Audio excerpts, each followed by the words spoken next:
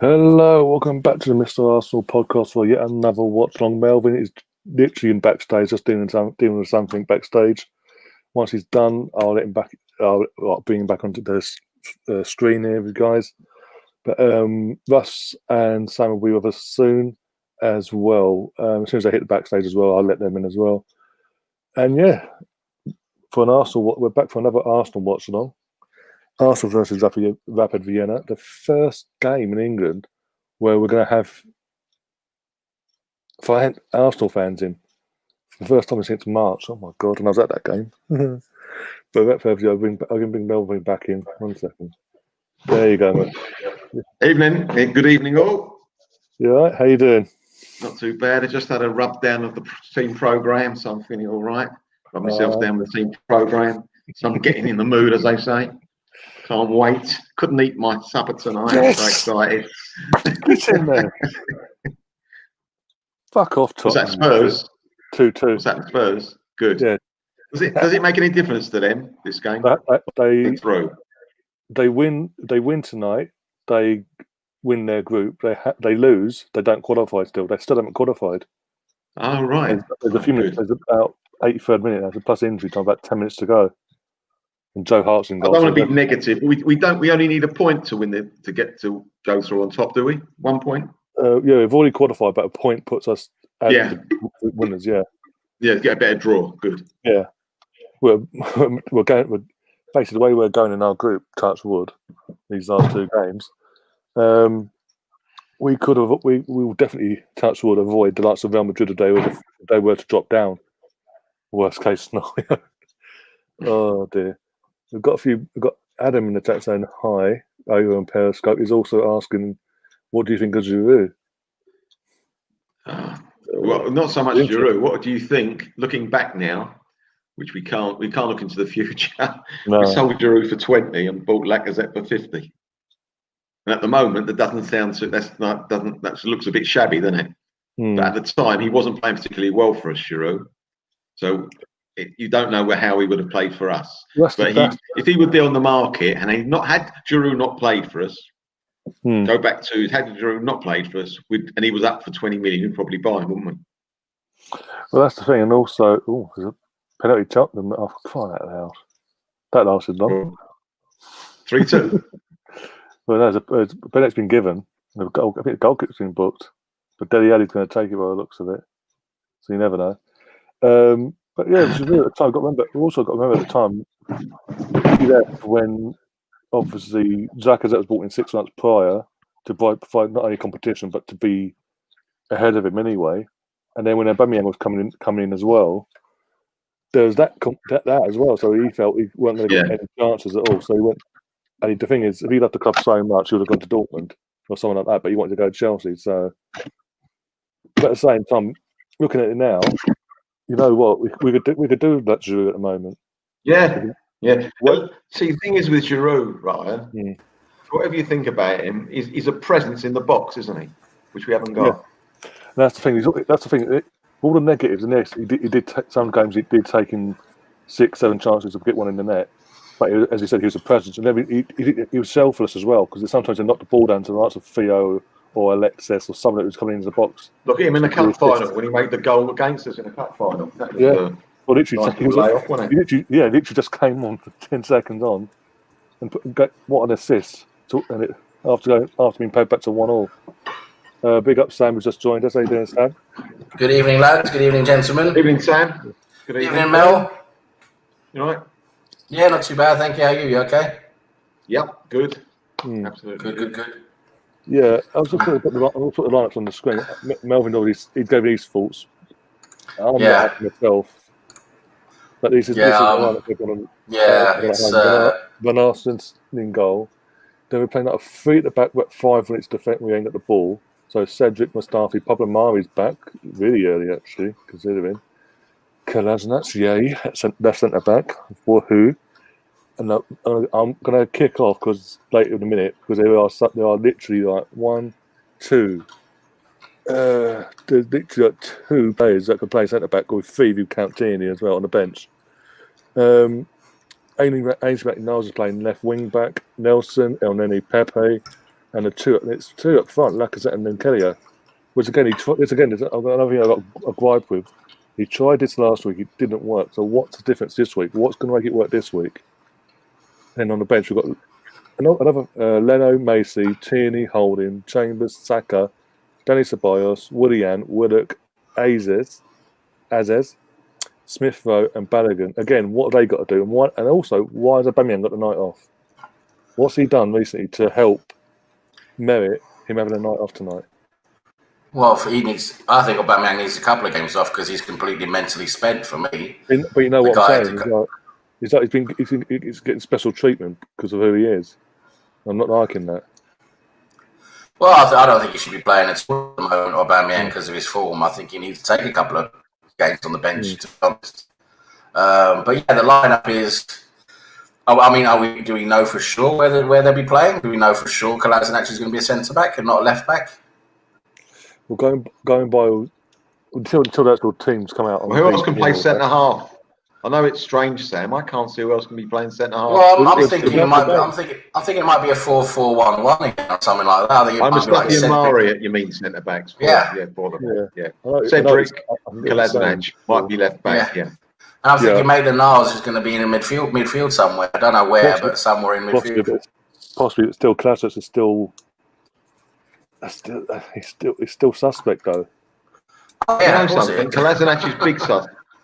Kolasinac is suspect. I can't stand the player really, but having a midfield of Maitland-Niles, Nelson, and Elneny, that ain't too shabby. I don't mind that. I do not mind that at all. If that's the case, of course, yeah. But who's going to play wide? Nketiah again? He can't play wide. That's the point. Actually. Not being funny. He can't play wide. Pepe's going to play on the right. So you're going to play Nketiah perhaps on the left, right, where he's not left-footed, and he can't. Oh no! The other week when he played on the left, it was a joke. Unless they play 4-4-2, they might play 4-4-2. Yeah. With Lacazette slightly behind Nketiah, probably. Well, he plays deeper every week, Lacazette. He might play centre half tonight. You don't know. Ceballos. Is Ceballos on the bench? Yeah, he's on the bench. He's on the bench. Yeah, he's on the bench. Alfie's saying what is happening at Arsenal, and he's also said he thinks it's a 5-3-2 we're going with. He thinks 5-3-2 at home to this team. Exactly. That's just weird. I know. Oh, don't say that, please. Hope you're wrong. It's baggy trousers if he does that, isn't it? Baggy trousers. Yeah. And Adam turns out to be a Chelsea fan from Periscope saying should have started Willian. No, thank you. I'm sorry. End of the day, sounds might be harsh, but apart from literally the full game of Fulham and then literally the minutes he played on the other night, all the other games he ain't performed enough. I'm sorry. I thought, he hasn't performed. I agree with you, right? But I don't think he was the worst player to get taken off. He got taken off the other day, and I don't think he was the worst player. There were far worse performances out there than him. Yeah, I'm not saying that. I'm saying that's what I'm saying. Apart from the other night, and then apart from that, I thought it was unlucky to get sent off, but he's played poorly for this year, and he doesn't deserve his place. Exactly. Once he was on that part, he was doing all right. Since we're already through, I think there's a few players we shouldn't even be playing. To be honest, we should let the kids have a chance. Agreed. Yeah, I was expecting as well Smith Rowe, Balogun, a run out cut. Yeah, let them play. Let Balogun start. Smith Rowe, even Azez as well. Give him yeah. But hey, what do I know? Anyway, also we're backstage discussing obviously the big topic this week since the Sunday defeat. Arteta, how long has he got left? People are saying this has got one game to sort of change the board's mind and this, that, and the other. I don't think he has. The only way he'll get sacked between now and Christmas is if we get thumped on Sunday and the players down tools straight from the off. Yeah, it's. I don't think his situation is precarious as we think. Because of how we're doing. All due respect, we are doing one maximum points so far. So I think that's the thing. I was saying to Melvin as well backstage before we went live. Oh, what's a goal? 3-3. Who's that? Lask versus Tottenham. Bloody hell. Joe Hart has got done all went to. You'll see the goal later. Big up Gary in the chat. Has joined us. and he's also saying only under 21s played today. That's the thing. They should be, but it is what it is. Oh dear. But I was saying, going back to the Emery. Part of the reason why I think the board sort of bent the knee to the fans and had to yield and admit defeat there, because under Emery at the start of last season we weren't doing well in anything. With all without the League Cup by then, on penalty to Liverpool's kids. Literally, Liverpool's kids beat his second string team basically.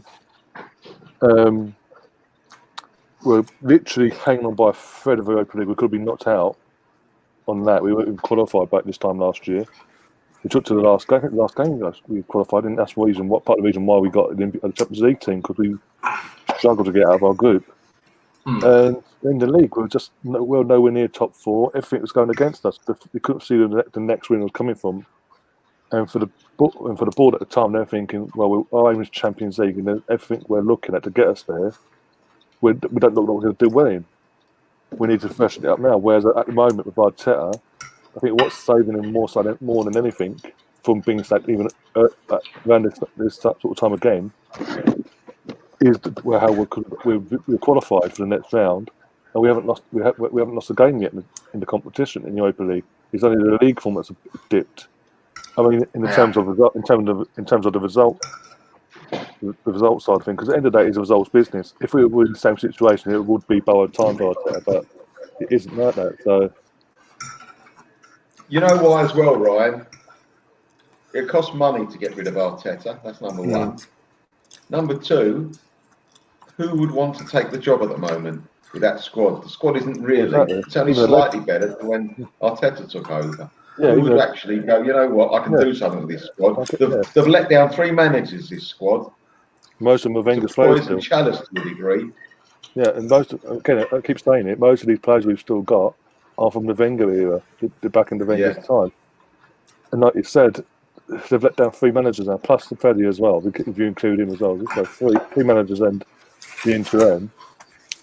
And they did that Freddie, and I'm pissed off with that, because he is no matter what anyone says, he's a club legend. What he done for the club as a player, you can't distribute. He literally was literally a goal away from breaking an FA Cup record at the time in terms of scoring the goals in the cup finals. He won league. He's part of the squad that won league titles. He's invincible, but he doesn't get that respect. I agree with you. Actually, we're all too quick to want another manager. But he got no. How long did he get? How many games did he get? Brighton City. I think it's like two league games and a Europa League game or 2. You know, that's not enough. Come on. No. And I'm not saying he's the answer, right? I'm not saying he was the answer. No. But I think he deserved a little bit more respect. Again, the only reason he didn't get, the only reason players didn't really. It's Norwich as well. So 3 league games. So not because Norwich is 2 all. That's nothing. What's that? 3 league games. Yeah. Nothing. No, but he was only caretaker, wasn't he? He wasn't meant to be the manager. But I think what backfired though, not giving the club enough time in their eyes to see out, a bit more time to get the manager they wanted, or whatever, Allegri, who that may be, was because of performance. Because literally from the day dot, from the second they sacked Emery, it was they were asked, and Josh Kroenke came out and said, "We want to get the right." After being asked about it, will Freddie be part of the would he have a chance if things go well, like it did? We've seen Ole Gunnar Solskjaer the year previous. Would he get given the chance to, be the full-time coach for this club? And he basically said no. We're looking we want the right man for the club. And as far as they're concerned, Freddie wasn't the right man. So straight from the off, you're then putting in the players' heads. Well, why the fuck are we going to bother for these few games to up our performances? If you're basically saying he ain't good enough to be even considered, no matter what he does. But Freddie you're undermining the manager. That's what you're doing for saying that. You're undermining the manager. Yeah, they didn't even give him proper staff for the process either. Also, they just switched over to the Emirates, by the way. Fans are in the stadium. Obviously, they're making a big deal out of that. My son's there tonight. Oh, is he? That's cool. What? Yeah. Yeah, there's a shame because it's got every 2 seats. Might be able to see him actually when it all starts. Probably. No, I know where he's sitting. He told me where his seat was. Oh, okay. Whereabouts is he sitting? He's sitting, obviously, it's lower tier, opposite the cameras. He's level with the penalty area, row 11. The cameras. Oh, I see what you mean. Yeah. Wait, what about? Okay. Are you on yet? Are you on the link yet?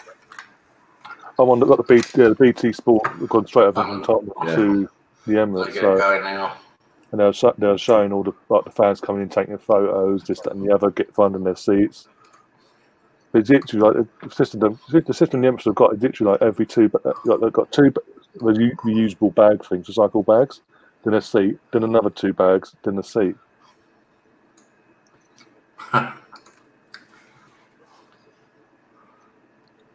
Right, just got to log into my BT. Hold on. Oh, but thing is, fair play to the people. The lucky 2,000 people that got tickets tonight. Fair play to them. At the end of the day,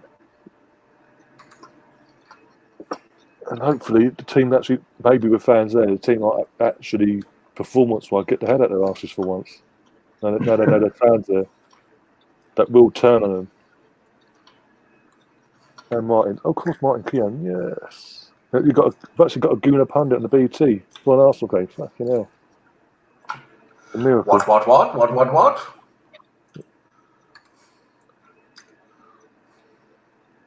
Oh, dear. TV. Come on. Oh, Galasaurus is back in the stadium as well. Cool. I think he's lost a bit of weight. He's had 9 months to lose some, so nothing else to do. Oh dear.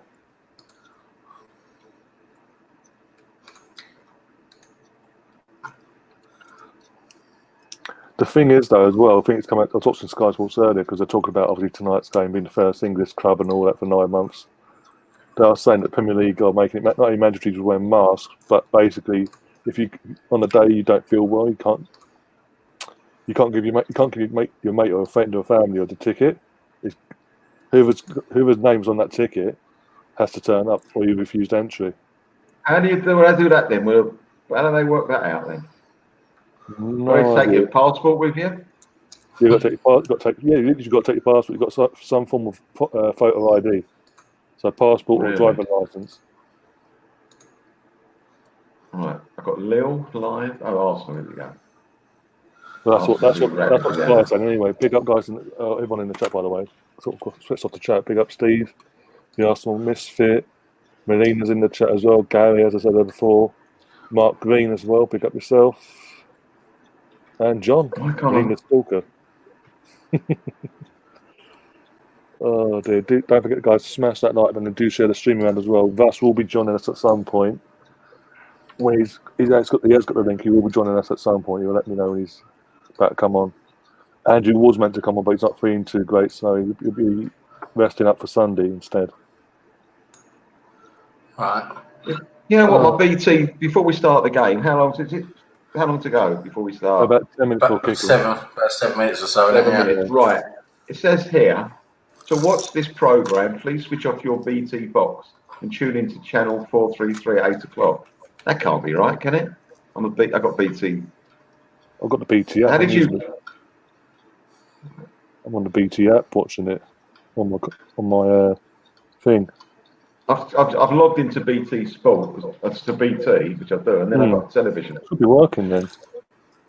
Sorry, there has been a problem logging in. Please check your details and try. I'm not. Oh dear. Whenever there's a game on BT, it seems to be a problem. If it's not mine, it's someone else's end. See. Right, let's turn this down. Right, do that. Share to Twitter.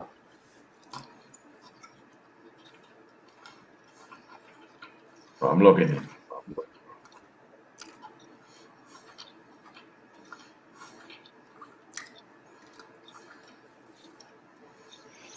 Oh dear. Big up Brownie as well, just joined us in the chat as well. Hey, Brownie. Oh dear. But yeah, I mean, was it BT Sport 1, 2, or 3? 2. BT Sport 2 HD.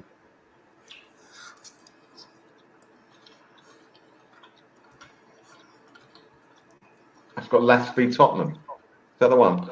Yeah, click on that. It's literally on adverts now, but literally, Oh, right. it's going to be Arsenal. Yeah, that's it. Thank you. Big up Mark, he's just joined us in the Mac Derby. I've seen you for a couple streams actually. Hope you're alright. Yeah, guys in this chat as well. I want to get your score predictions. Melina, Steve, John, Mark, or both Marks. Sorry, Jonathan, Brownie, all of you. Is Brownie in the room? I thought Brownie's in the room. And Brownie's in the room. Yep. Our residential Cardiff fans in the room. We're on our away kit. We actually weren't our away kit, or third kit. Sorry, by the looks of it, we're in the third kit shorts anyway.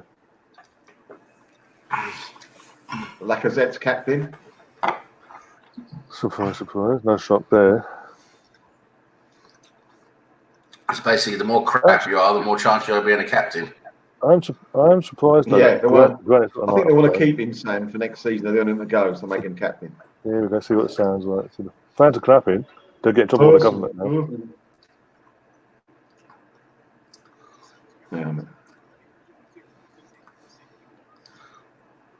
It don't matter to me. I suppose we have to play in our third kit, at least a couple of games, right? So it justifies people buying it.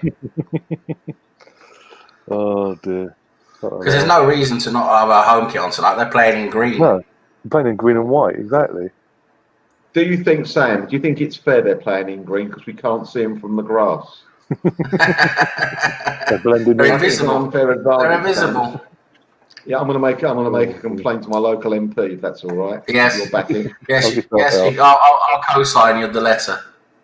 Thanks, Sam. Oh dear. Yeah, you do it. There are quite a few score predictions. Mark Darby's going for 3-0. Mark Green's going for 3-1. Steve's going for 2-0. I'll tell you what, this Rapid Vienna side today, I think they're going to give us a game, because they need to win to go through. Yeah, we're the only team in the group that's qualified so far, so yeah. They need to win to go through because Mulder, if Mulder win tonight, they go through. And Mulder are playing Dundalk. Oh, yeah, they're playing Dundalk, aren't they? Yeah, with a game to spare. Yeah, we actually went up 4. It'll be interesting when they actually. You see the team, how they set themselves up. What positions they're playing. I can't really. Yeah. Well, according to the graphic I've got here, they're Pepe's central midfield in a 5-3-2. Oh, yeah, just got that up. Just come up for me, that, yeah. I wouldn't mind seeing him play there, to be honest with you. You can go 2 ways past the player then. Oh, dear. Yeah, he's like playing like the number 10 role, so to speak. Oh my God, nightmare! Well, guess what's happened? We've lost the toss.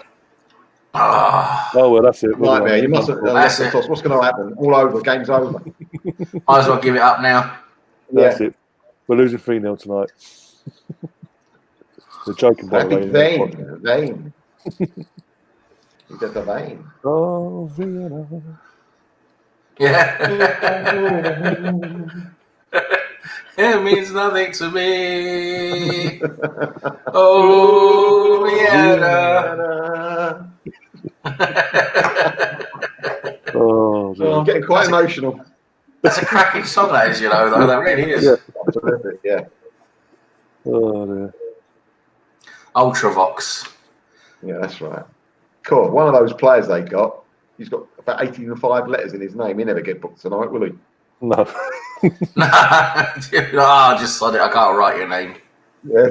He'll either won't get booked, the ref have to send him straight off. Yeah. He'll take another throw on wrongly. I was about games about kick-off, but talk about sending off. How did Fred get away with that last night? I know. When he looked at the screen, the referee, right? Just glanced at the screen. I said he'd be looking at another screen half time, see how his bank balance has gone up. Yeah. Look at his KFC order, isn't he? Also, it's good actually. We haven't actually touched it, but it's good to see Mare back. Yeah. His hair looks immaculate. As well, Spanish, so most of them do apparently. Yes, his hair looks immaculate tonight. Oh, God knows what the grease they put in there. Eh? If I could remember what my son looked like, I'd be able to pick him out. Oh dear. Right, here we go then. Is that DT in the second row? Wouldn't surprise me if he's not an AFTV, probably. Yeah. Right. Oh, they've got Anyone, people upstairs as well. AFTV quickly, have a look. If he's not come back. Either way, come back. Oh, no. They're off. Just kicked off on my stream. No, I haven't kicked off yet. No, there we are. Just done it. Woo, la la la la. Come on, you gunners. Bloody hell. Kick that dog. Goddamn. Here we go. Okay, So Maitland Niles is playing defensive midfield. I think we're playing, is it 3 up front? I don't know. Oh, Murray's out on the left as well, so I don't know. Oh, I don't know. Got Reece Nelson out right. Eddie down the middle, by the looks of it. Eddie down the middle. Pepe's going to be out left then, probably. Yeah, and then it means Lacazette's going to be that fucking like centre forward. God knows where, basically, well. Be all over midfield, probably. Tonight. There's Lacazette on the ball now in central midfield. Nice. Nice little one touch there, boys. Keep it going quickly. Oh my God. What a ball from, was that Kolasinac? I think so. Does what he does best. Oh. Give the ball away. Oh my God. Chuck there. Fuck's sake. Cedric passes out to... I don't think this goalkeeper's made a mistake yet tonight. In the first minute, yeah. Flawless, absolutely flawless. Yeah, Pepe's playing out left. Yeah, Pepe's there. And we've got Lacazette in like an attacking midfield role behind Nketiah. Mm. And we've got Maitland Niles and El Neni playing deep in midfield. Midfield, yeah. It's interesting to see there's no one in the front rows of these, in the actual front row of these, in the stands there. Like, there's about 3 rows, isn't there? Like 3 rows back, and then that's when they start. 3 rows, yeah. Can't have too close to the players. No, that'd be silly. Far away as there is.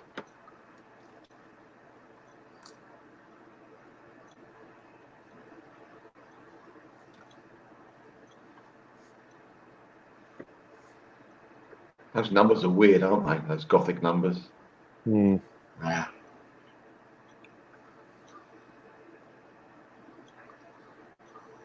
I think the idea behind it was basically a throwback to like the old Arsenal badge, the writing on the old Arsenal badge, like the old A and all that. Before they changed the cannon. Oh, you're talking about the badge. Sorry, yes. Yeah. You had like the traditional badge. You had like Arsenal above the cannon and things like that. Well, the font. I think that's what they've gone for. I used to watch that programme. Font. Oh, that was the Fonz, wasn't it? Sorry. Happy days. Happy days, yeah. Monday, Tuesday, happy day. Happy days. I can't like that. With a very young Ron Howard, ginger Ron Howard, who later became a very successful. As they say, didn't he do well, Sam? Didn't he do well? Go on. Nah.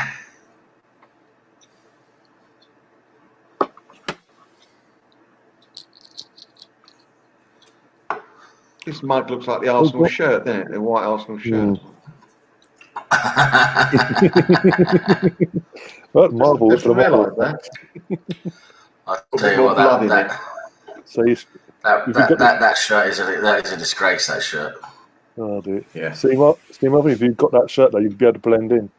Wouldn't know if you're having a tea or not. Yeah, be cheating. Oh, well done. Keep it in. Oh.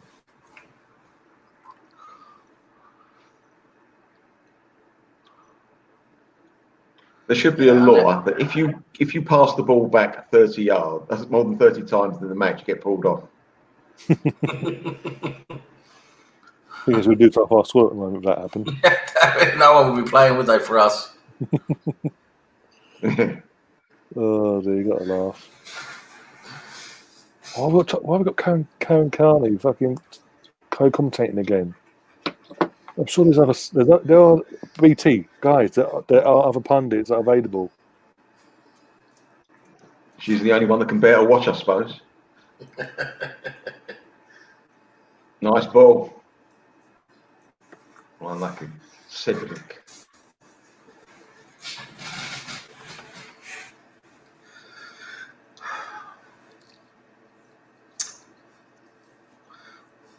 Go on, Cedric. Oh, unlucky. Yeah, you're just behind us then. Yeah. I think about 15 to 20 seconds behind. I'm on 5:05, 5:06. Yeah, you are. Yeah. 20 seconds behind. Oh, that's give it a good lump. Marie, giving it a good, nice echoes that Marie, isn't it? Mm. Yeah, I think it looks very, very good. Yeah, really good. Really good.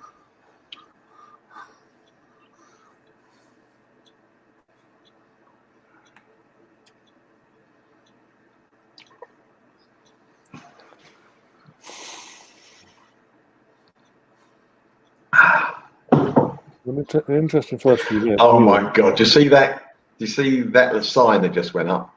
Someone was holding. Nah. Bring back Mesut. Oh, yeah, there's always one, isn't there?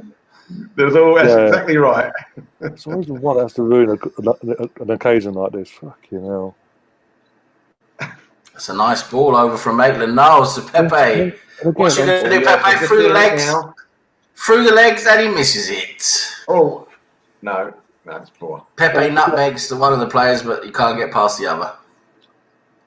The thing that annoys me is the person's gone out their way to make that sign and all that, but there's make no difference because the squads can't be changed. He cannot be brought in no matter what until February. So that was a point that's wasted however long we took. It's a bit of cardboard, that, isn't it? Yeah. And ink as well. Good bit of cardboard that looked as well. Was it decent? Oh yeah, there's cardboard and there's cardboard. There's cardboard and there's cardboard. And then there's laminated cardboard. That's a real deal. Oh dear. He's pinging some nice crosses there over to the left side there. Both Cedric and Maitland-Niles. Look where Lacazette is though. And Lacazette is playing. Well, Lacazette is actually playing attacking midfield today. How big is your? Like my nose, isn't it? Oh! Don't say anything, Sam.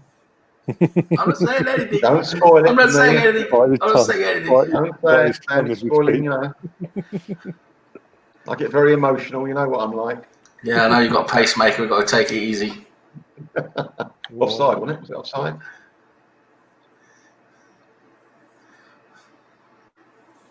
Have you got a defibrillator next to you? Yeah. Can't spell it though, but I've got it. I just say there's not going to be much help if no one's there to use it. Where's the instructions? You never can find the instructions when you need them, can you, mate? Bloody hell. Oh dear.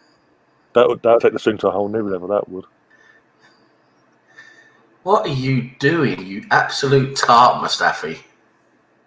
Oh my God, yeah. We just answered your own question. It's Mustafi.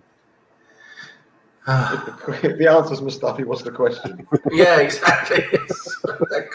I just can't wait. I can't wait to see the back of Mustafi. I can't wait to see the back of Xhaka. I can't wait to see the back of Kolasinac. Those three guys. They're standing up. Yeah. Yeah. I suppose I don't like that. Is the national anthem being played? Don't know. Those times whenever I've gone to the Emirates, we stand up. It's literally one of our Man United at home, Chelsea at home, that lot down the road at home, City, etc. It's only like either side. Oh, what a goal! Lacazette. And you won't believe it. It's fucking Lacazette. Oh no! What a goal from oh shit. That's a good goal. That's it. He's going to play the next 20 games now, isn't he? Oh. Where's this been? Since Liverpool, where's it been?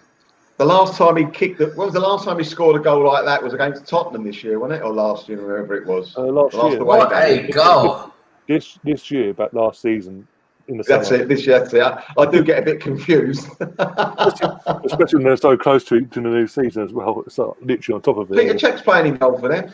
I was just saying, their goalkeeper's he's borrowed Peter Cech's helmet. And what a strike! Wow, that is a striking half. That is. That is. Oh, you see how it bended? It bended left to right. Oh yeah, it did go. Yeah. Wow. The goalkeeper just didn't see it coming. Again, look at that bend. It wasn't deflection either, Sam. Was it? No. It was just the way it bended. He hit it so hard, it bended left to right. Oh yeah, the keeper got no chance because he had it at one point and it just went. It swerves away from him. You can say this about a lot of Arsenal players at the moment, but he needed that for his confidence, didn't he? Mm. Yeah. Especially again, as I keep going back, we'll keep going back to it throughout the night, but in front of fans as well, in front of the team's own fans as well. Sort of get that sort of. Oh, Pepe was unlucky there. Yeah, chat went a bit mental as well. Even Lewis got involved. Yeah, our Everton fan. Yeah, that was a real screamer. That was. Even Barry over on Facebook, he's happy. Oh dear, can't ask for better. Oh really?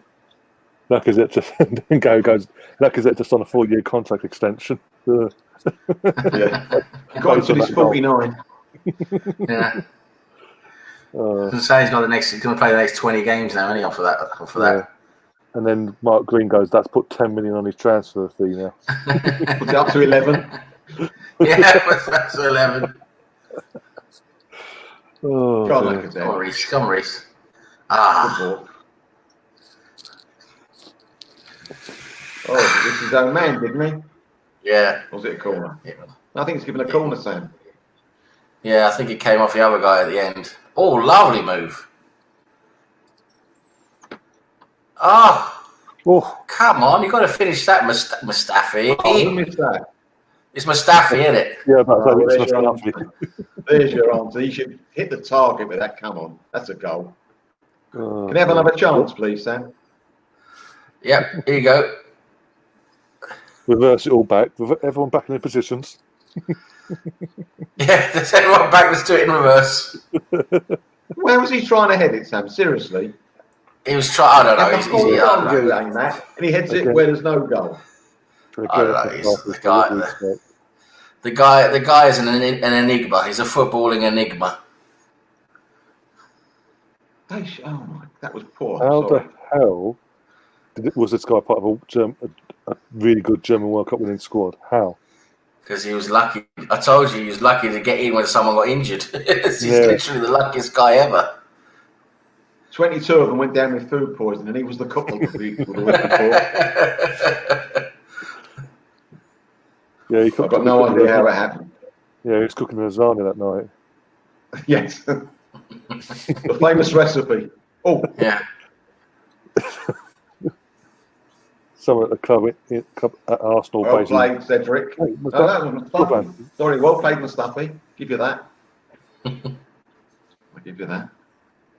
There's only one way you get into this World Cup squad round. What's that? Take this recipe, feed it to your teammates, and see what happens. Don't skimp on the arsenic. Oh dear. That reminds me. Remember that? Was it back a few seasons now, when we got ahead of Tottenham on the last day of the season, didn't we? Into the Champions League or whatever it was. Yeah, last season at high. And what it was, a few of their players, that last game, and a few of their players couldn't play due to food poisoning or something like that. They'd all done the same. That's what Ryan was talking about. Lasagna, didn't they? Lasagna, exactly. Yeah. And apparently, I don't know whether it's true or not, but they was all saying that the chef was an Arsenal fan or something like that. You know, he got some people, didn't you know? he got a part-time shift that night. Was it you, Ryan? Was it you? Was you the chef? Oh yeah, of course. Even back then I had my sources and got a little one-time trip over in East London. I thought, you know what, got a bit. I've got a secret ingredient, guys. Can I sort of put it in there? Yeah, why not? And they'll run away then. Nothing doing me. You never trace me back because I'm not in the books. Oh dear. You got away with it. And it worked. That's the main thing. It worked. I remember they actually took it seriously. Remember, there were so many fans taking it. An Arsenal chef poisoned our players. Oh, blah blah blah. They literally, even the Tottenham team itself, the club itself, were demanding not to play the game on the day. Wanted it to be moved to on the week or something. But because I think they went 1-0 up for Tottenham, didn't they, that day? Probably, I think so. I think so. Yeah, I think they started quite well, didn't they? Yeah. Yeah, West Ham turned it round, obviously, and the rest is history. But who was it scored from? I think it's Defoe that scored from them as well. And all they had to do was basically match our result to stay ahead of us because it was in their hands at the time. Oh. But yeah, they were demanding. Oh bloody hell! They were demanding the match either being moved or this, that, and the other. And because it was the last game of the season, the Premier League were like, no, it can't be done because everyone has to end at the same time. And then there was as you said, it's an Arsenal fan doing this. Da, da, da, da. They actually wanted it to be investigated. Yeah, right. I remember they actually made a whole thing out of it, didn't they? Yeah. Not that it's going to make any difference anyway. Nothing ever came of it. No, of course not. Mark said, "I never will be. I'll never be caught." Even as I say it now, to the world. We got Sam Cup. I haven't seen you for a while. How you doing? Oh, 2-0 apparently, according to Mark. Sam, what's happening, Sam? Yeah, my stream's just bloody lagged, isn't it? Bloody hell. Yeah, 2-0. No, Mark, was it Mari? Yeah, Papa Mari. Yes, lovely goal. Lovely goal. Yeah. Forward next week. You know that's it's a glancing header. A glancing header. It just gets in off the post. Just gets in off the post. Glancing header. Yeah. Papa Mari. That centre back that everyone slates off because he's been injured, unlucky with injuries, or he must be crap. Well, he just scored. What you got to say about that, you idiots? And Nelson with the assist. It was a good flick, Ryan, and he made a good run. He didn't just stand there. No, he went towards the ball. He made it happen. Exactly. Look at a lovely flick. I'd be proud of that. It's lovely. You like a good flick, don't you, Mel? Yeah, with my hair. Yeah. Good save. I'll tell you what, it's a lovely glancing header. He's actually he's away from the ball when he glances it in. Yeah, far corner, in off the post. Very, very nice. Well, I felt that.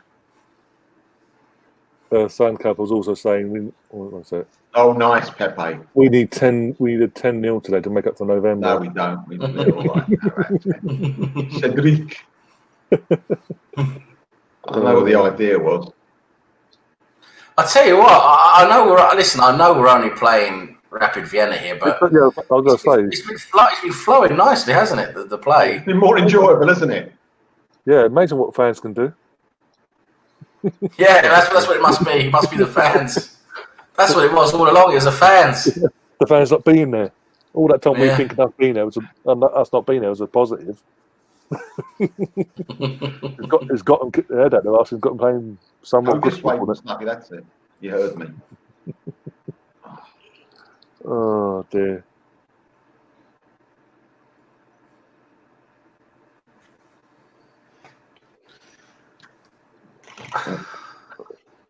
I'm probably gonna annoy a lot of people now and cause a lot of controversy, but based on this first 20 minutes, I would actually like to see Lacazette continue in the same role as a number 10. He's played a number 10 quite well. Yeah. I know it's only Rapid Vienna. I know it's not Premier League, but he's playing well in this number 10 today, number 10 role.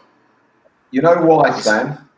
Oh, nice lead, nice lead, nice lead. Oh, Nelson, what a bad touch. You're in there, son. You know it. You know why it suits him and a lot of other players? When he gets the ball, he's facing the right way. Yeah. Which makes a big difference. Normally stands there and tries to hold off the defender. Well, now he doesn't. Well, now he doesn't have to. Well, now he doesn't have to play two roles at once, because when he's playing central, what would you say, central forward, you know, and we've got no one behind him in that 10 role. He comes deep all the time, and he's playing a striker and a deep lying striker, or he's actually trying to play number 10 at the same time, and it doesn't work because you've got no one to link up with. And he's getting kicked everything out of him because he's backed onto the defender. He just kicks lumps out of him. It doesn't work either that way. But now he's got Nketiah in front of him. He's got Nketiah in front of him to link up with and take away some of the pressure. And Nelson wide of him. He's got a few options. We've got a few options. So I forget my meds. Yeah, I know. Listen, this is only based on 20 minutes against Rapid Vienna, okay? It's not a good sample size. Should we start calling them Vane, their proper name, please? Yes, Vane. Rapid Vane. Rapid Wien. Rapid Wien. Sportsclub Rapid Wien.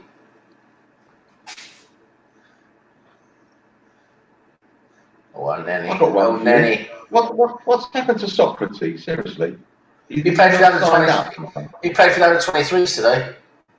Did he? He must have shaken his legs. They played for the Socrates played for the under 23s. Was it today or yesterday? He's not even with Saliba.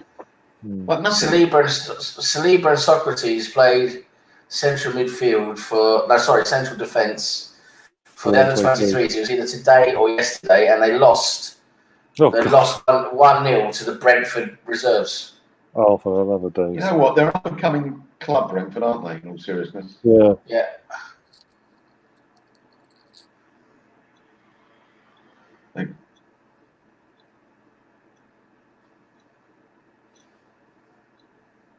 Nice take, Nketiah. Man on. Heard me. Taken away from the Arsenal game at the moment. What's your take on Wayne Rooney begging for the Derby County job?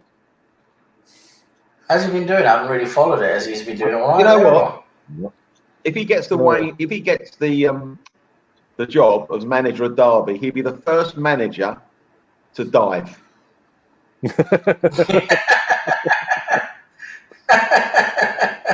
Not my words. Oh, the irony. Dive. Talk about lead by example as well. Bloody hell. This is how we're going to get out of this mess. Dive everywhere. So, cheers, Mark. The defender's got his cheers, back Mark. Yeah, I had a good one. Thanks. Very low key though, because everything's shut basically at the moment. But yeah, had a decent one. Thank you very much, Mark. Cheers for asking. Always good to see you in the chat, mate.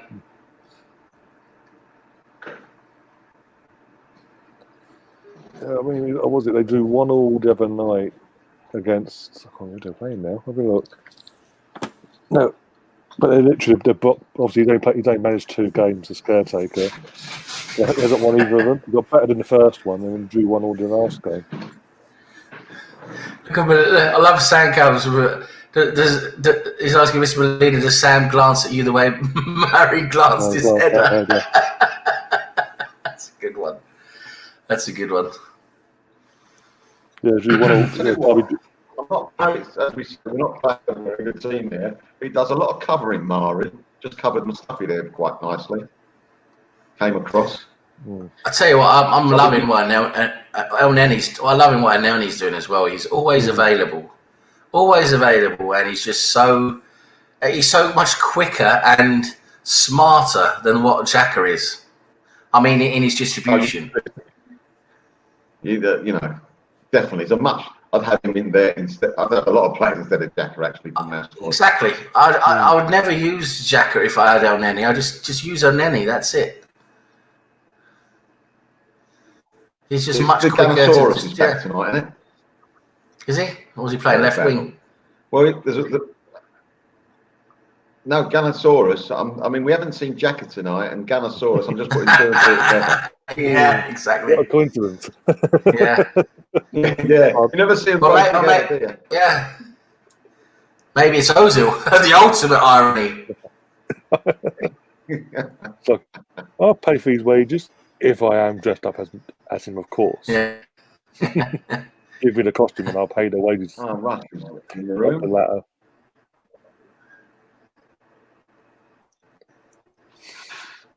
One way or another, I'm going to be at Emerson. I want to be at the Emerson match days. Even if it's wearing a big green dinosaur. Exactly. Exactly. Oh, dear. Nice. I'll tell you what. It's flowing nicely, lads. Mm.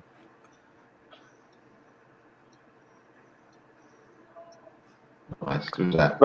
Notice how they're avoiding giving the ball to Krasnach as well. Yeah, I would avoid him at all costs. Yeah.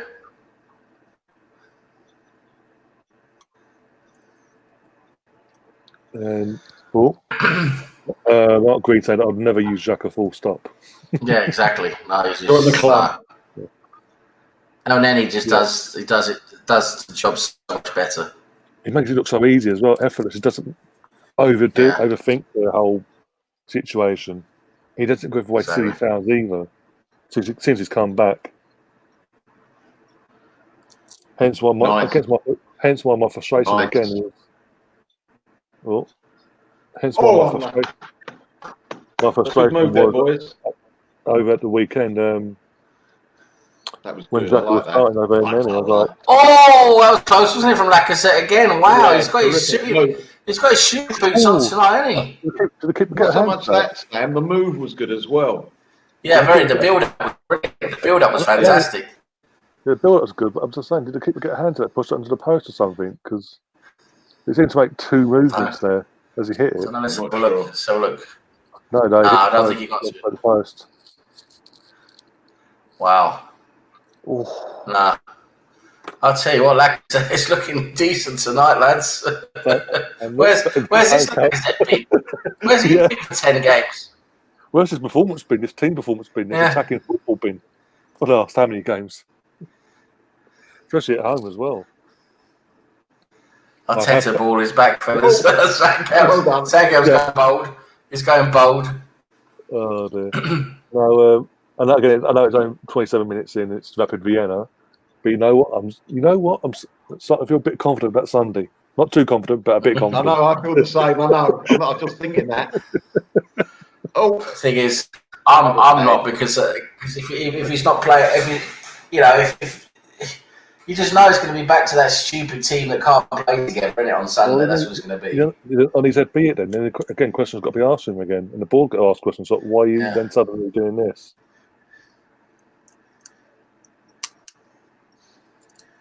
I'll play this. I'll tell you what. I'll play this exact team on Sunday without Kolasinac, of course. Yeah, of course. Yeah, put Tini in there instead or something like that, or someone. And then have Gabriel. Gabriel centre half instead of Mustafi. Yeah, definitely. But Stefan saying Ozil's job is to be Gunnosaurus on a match day, and he's even a lazy sod at doing that. Yeah, just sitting around, not doing anything.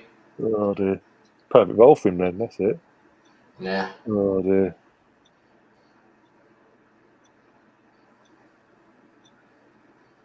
Yeah, no worries, Russ. You got the ring, so just trying to keep your arms down, Pep. Even if it's second half, you got the link, so just try as when you can. No rush.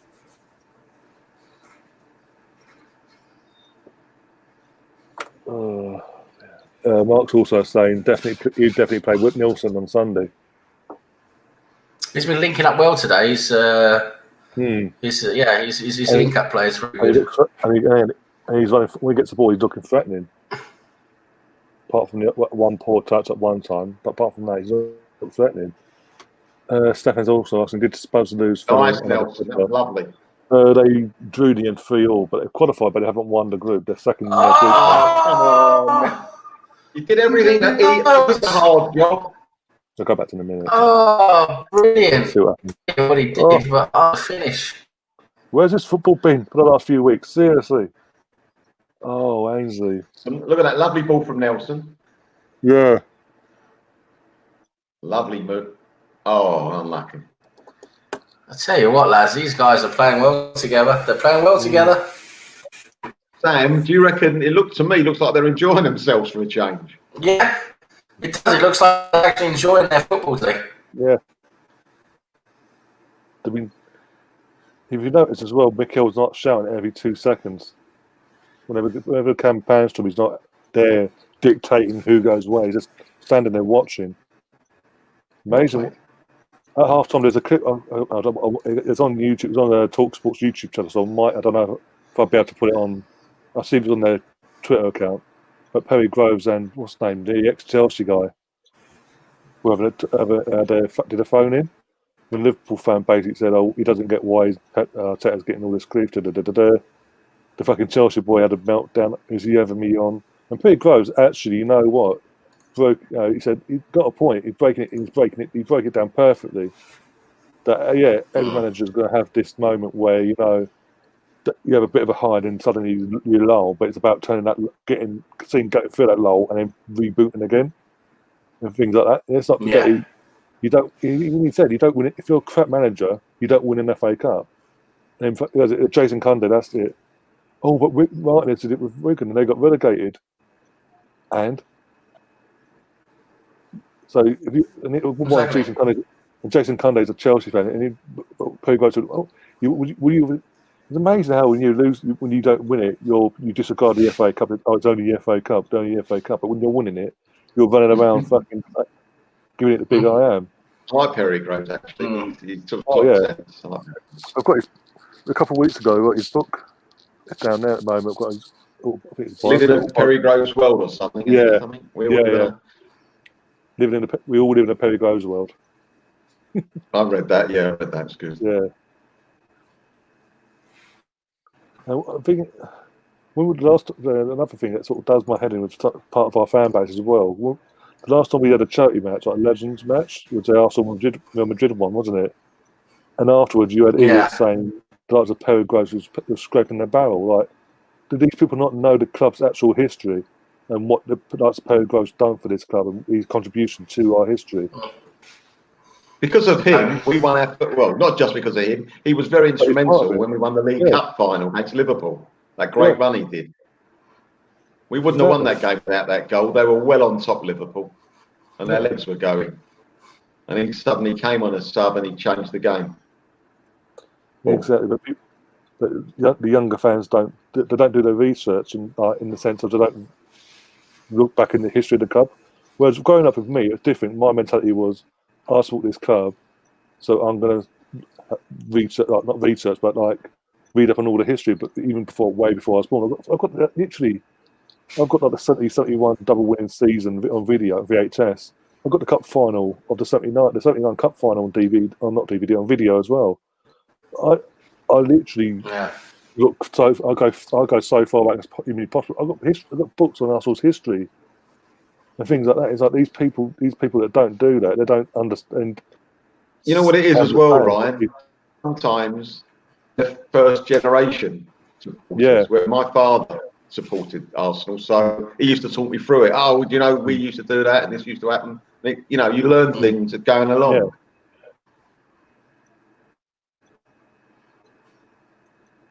Yeah, it just does my head. Nice.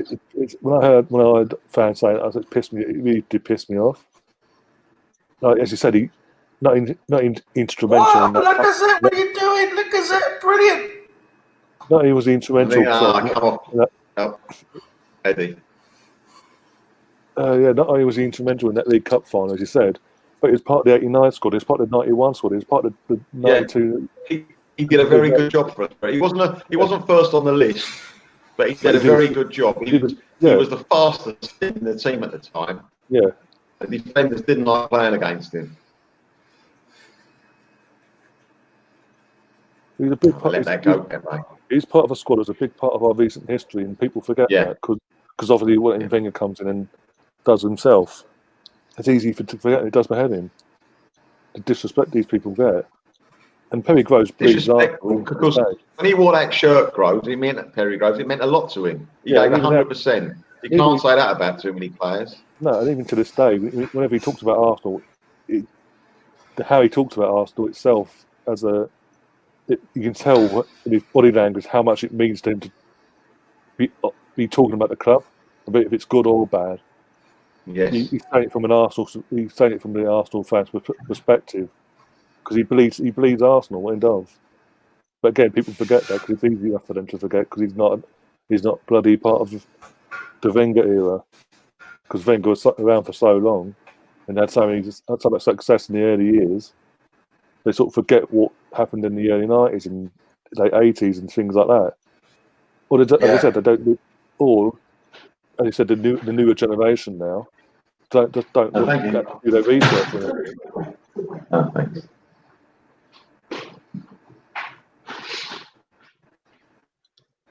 No, there's too many of the youngsters that just don't appreciate them for the Premier League era, basically. They think, it's a Premier League era, isn't it?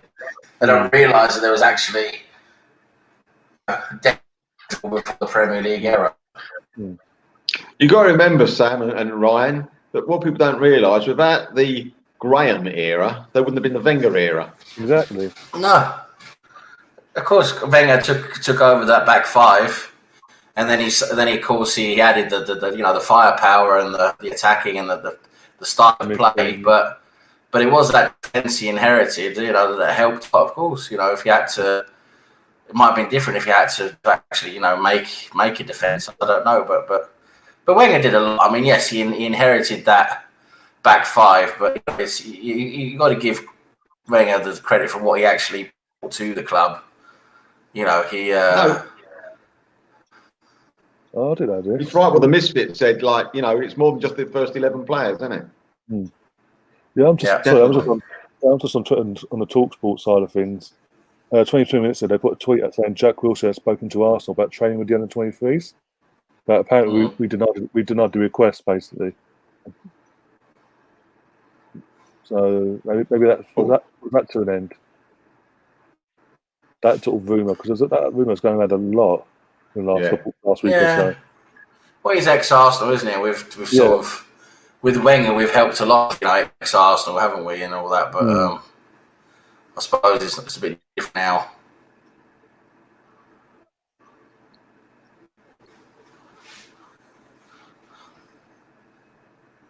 There could be another goal before half-time, by the way we're playing at the moment.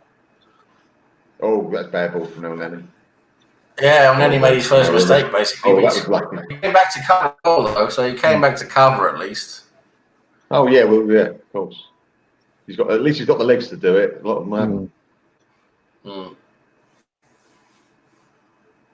Just trying to find that clip, see if it's on their Twitter account. If not, I'm going to have to risk it and go into the YouTube account without getting done.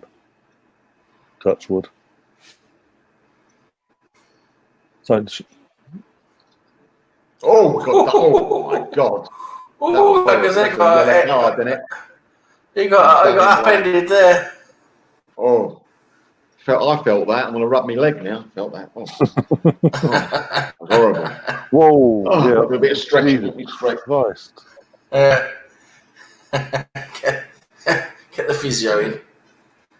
That bloody hurt. Oh, yeah. Phew.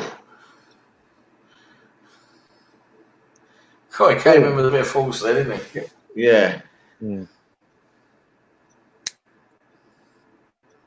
We haven't got any enforcers in our team, have we? That geezer done it to him. In the old days, one of the Arsenal players would stick it on him in a couple of minutes. Vieira's the best geezer, but even Vieira definitely. There's other ones as well would have done it. There's 6 or 7 in the side would have done it. In fact, not just in the midfield either. I'm just saying, going for the midfield. Even Ray Parlour would do it every now and then. Oh yeah. Edu himself, Gilberto, Petty, Grimandi, Tony Adams, Sol Campbell's, Carlo Torres, Keown's. You're naming loads, and that's true. There's loads of them. There's no one in this current squad that I think, like when Martinelli gets back, before he actually got injured, he was taking a lot of stick. They were bullying him, I thought, some of the other teams. We had no one to go, you know what, next time, son, you're going to get something. There's no fear of like having a go at him because the refs didn't do it. All they gave was a free kick and just carry on. Yeah. I thought some of the challenges were poor. What's his Pepe? Is it taking this one? This free kick? Is What it? were you saying offside? Pepe's left-footed. It's got to be. Can't be Ainsley, can it? Is that Ainsley? No, it's Pepe. It's got to be left foot. Oh, good done, son. No, it's Nielsen. It's Nielsen. Nielsen, who once again can't get it past the first man. That was poor. That was poor. Yeah, he needs to improve those.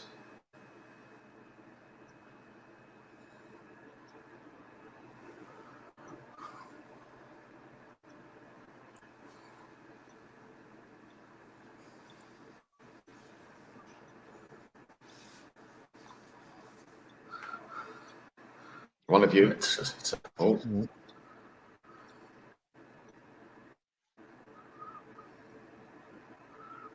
Come on, you gooders.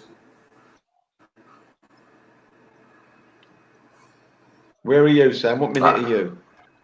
I've had a bit of lag, so let's see. I'm at 41:03 now. So am I. You're with me. We're twins, right, man. okay. We're twins. We're twined. Oh, we're entwined. Sam. We're Mark Twain. No, Mark Twain. Yeah, it's Twinings. It's poor. Oh, we're going to get booked for that. El Nenny? Yeah, it looks like for that. It's getting booked for that. Like, what? I did nothing. I do nothing. Okay. Yeah. Okay. Okay. And then it's I been just got to grab a drink. You know. See that again. No, he ran across him. Mm. Now, we don't want to give away a stupid goal just before half time, gentlemen. So we defend this, please. Hopefully not. that wasn't a booking. That wasn't deliberate enough, I think. No, I think it's just two players crossing. Yeah.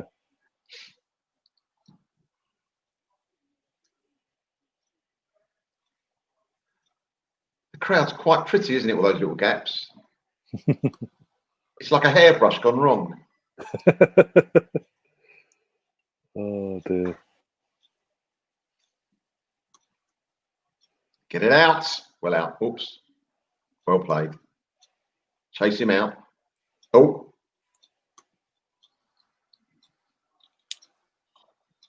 No, you gave the ball away, Eddie. You've done well, but then you gave the ball away. A dangerous place. That's a goal kick. Oh, what an idiot. And breathe. What's going on? What's going on?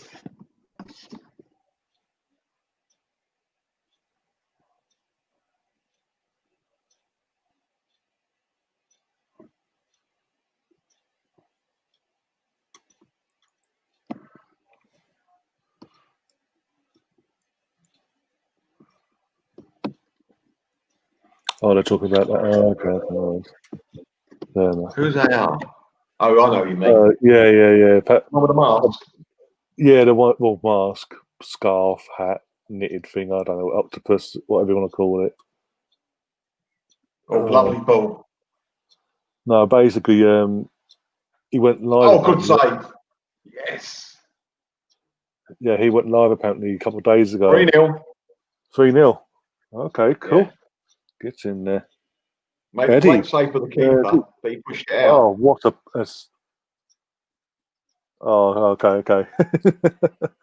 Good, yeah, good response. So again, he was there to respond. He didn't just have a shot and hope for the best. He kept on going. Yep. Again, positive thinking. Right. Again, Nelson in the build up there with the assist, sort of. Yeah. He brings something different to what we got going forward, Nelson, doesn't he? I know he makes mistakes, but he tries things. Or was it offside? Not sure. There's no VAR, so it doesn't matter. There's no VAR, so not till the end. Nice touch from Nelson. Nice touch from Horatio. He should have put the first one away, Nickety, but at least he continued and scored. That's what I'm saying, yeah. Good. Oh, lovely. Pepe to Nelson, and Nelson with the one touch assist there. But as I said, Eddie kept on going. Lovely, Kolasinac. That's what I like to see. Bomb forward. Through his legs. Go on. He's asking for it. Oh, he tried, didn't he? He tried. He tried. 1 minute extra. 1 minute injury time. And I missed a goal. For the lucky 2,000 fans there, we treated to 3 goals. And good football for once. It was a good football, Sam. Is it Eddie? Eddie, yeah, he should have scored, came out and he headed it back in. Oh. Well, at least he got a rebound. Nice. Lacazette. Yeah, again, the comments on Mikel, he's just standing. He ain't literally screaming and shouting, "Go here, go there." He don't have to, though, does he, tonight? They're doing it for him. We sort of have to do it all the time anyway. Again, another thing that Perry Groves brought up, I'm going to say at half time. Basically, yeah, he's even what we've said. He over micromanages the game too much. He needs to sort of relax and trust his players, so to speak. Well, he must be feeling happy, Lacazette, mustn't he? Well, that's a good half. That was a good half, lads. Yeah, that was enjoyable. It was enjoyable. Pablo Mari's smiling. He's got his goal. He's smiling. Nice to see, isn't it? Mm. I'll check a few things out before I go and get that clip. Right, I'm going to speak to a couple of guys now. Yeah, when you come back, half-time report. Yeah, be back in 5. All right. Oh, no worries. I'll get clips ready. When you come back, I'll put the clip up. Thank you. Thank you. Put it on mute so I don't have to hear.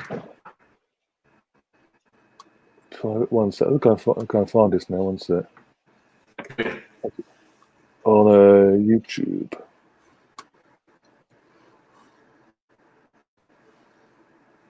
What are you doing? What are you looking for?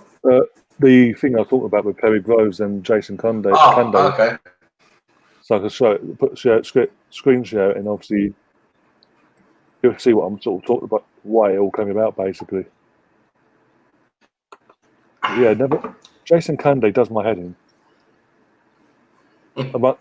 Amongst most of the people who talk sport, I think the only ones that really talk sense is, again, it might be biased saying it, but Laura Woods, and Perry Groves, and anyone that's basically ex-Arsenal, because everyone else has clearly got that hatred for her. Yeah, exactly. The fact they have fucking Simon Jordan on that bloody place as well. He's a twat. He's a twat. He's the guy that almost ruined, basically brought Crystal Palace to its knees, basically. Yeah. Under his own ownership. I think because he got into the league for one season, that's a success. It was the aftermath of that you fucked up, mate. Yep. All he was worried about was dyeing his hair and getting a tan every week.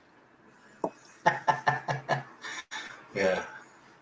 Oh, he's got that look to him, and oh yes, I'm better than everyone else. I have money. Yeah. Well, fucking what? If you see that clip going around Twitter and all that with Troops digging him out, obviously because now Troops has gone to the States, hasn't he?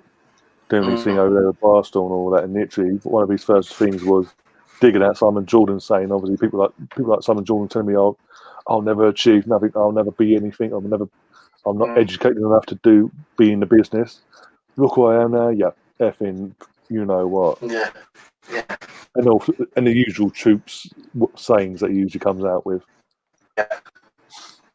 Exactly. Oh dear. But again, the people like Simon Jordan and Talk Sport in general go after the AFTV because it gets them views in terms of YouTube and retweets and all that on social media. Yeah. Conflict creates stuff, doesn't it? Yeah, and the thing is, it doesn't work if the likes of Troops and that lot and that the AFTV lot in general don't respond, but they always respond and give them or get me on then, and we'll have a debate. Then, like, you're giving them what they want. Yeah. I was watching you Wizard last night as well. On these did his live stream last night after we finished. Yeah. I think we were talking about the Man United and all that, and PSG and Oli Giroud scoring his 4 goals.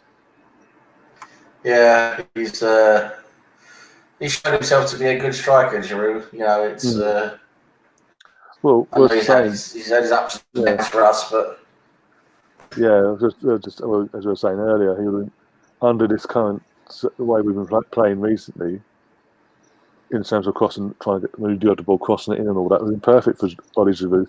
The irony is, and I said this last night, over on my Watchalong, and I've said it before, when we had him, all we wanted to do is play it across the fucking floor pretty much. We never wanted to cross it in. yeah. 9 times, every now and then we would do, once in a blue moon, but not to the extent where Ollie would benefit from it. Now he's gone. Since he's gone, that's all we fucking do is just cross the fucking ball in. Yeah. Like, fucking hell. Exactly. And again, that would have played massively to his strengths, but at the same time, he was feeling like he was feeling being pushed out because obviously Lacazette had come in to provide competition and be number 1 ahead of him and all that. And then Aubameyang comes in a few months later, doesn't he? Yeah. And he's in like, well, these two strikers are more prolific in the European standards and all that in terms of goals in Europe. What chance have I got? And then obviously he had a choice, and he decided to stay in London and go to West London. But what sort of hacked me off with Giroud though was that Europa League final. In the team coach going, "Oh, thank you, Arsenal." Da da da da da. And I'm just like, "Are you taking a piss?" Mm. And I know you've moved on. He wasn't happy to how things ended, but at the same time, sort of show some class. I know it's Chelsea. That's hard, but still. Yeah. Oh dear. I need to refresh my thing because my comments won't come up now. One sec. Bear with me a sec.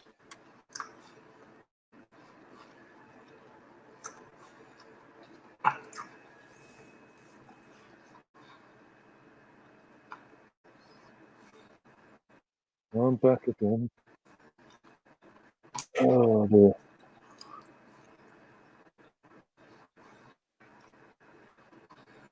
Yeah, but I mean, what was it? Before Melvin went off, if you've seen what fucking AR's been doing recently, or heard about what happened?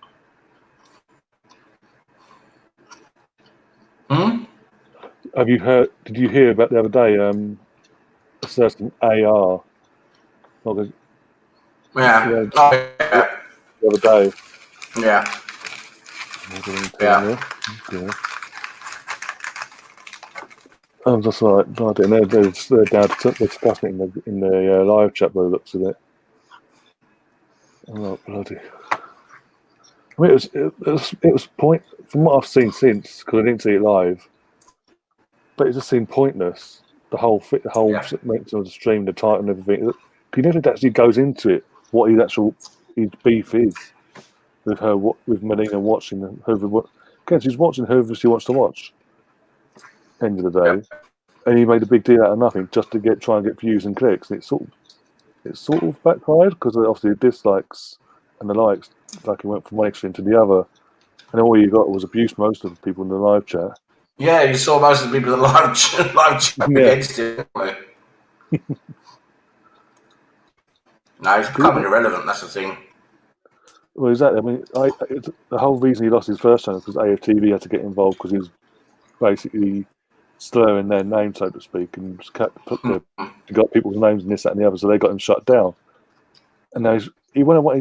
He's like other people, just gone away and out of nowhere because it seems like he wants that sort of attention. So he's come back and set up a new channel again.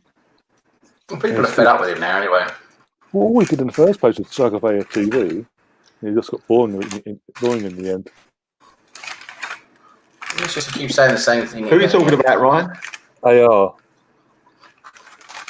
Oh, right. Basically, all he ever did in the first place was slag off another channel. And it gets boring after you keep going after the same people over and over again. And that's all you call yourself, what he called himself, but at the same time, when you come to Arsenal, you always talk about it comes to Arsenal with AFTV, never about Arsenal itself.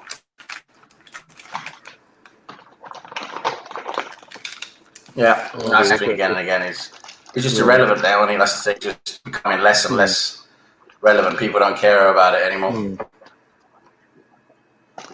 Oh, one sec. We've got a screen share now. One sec. Right, some adverts as well. There we go. Hope it works. Let's see if you guys can see it. Yeah, you're seeing it.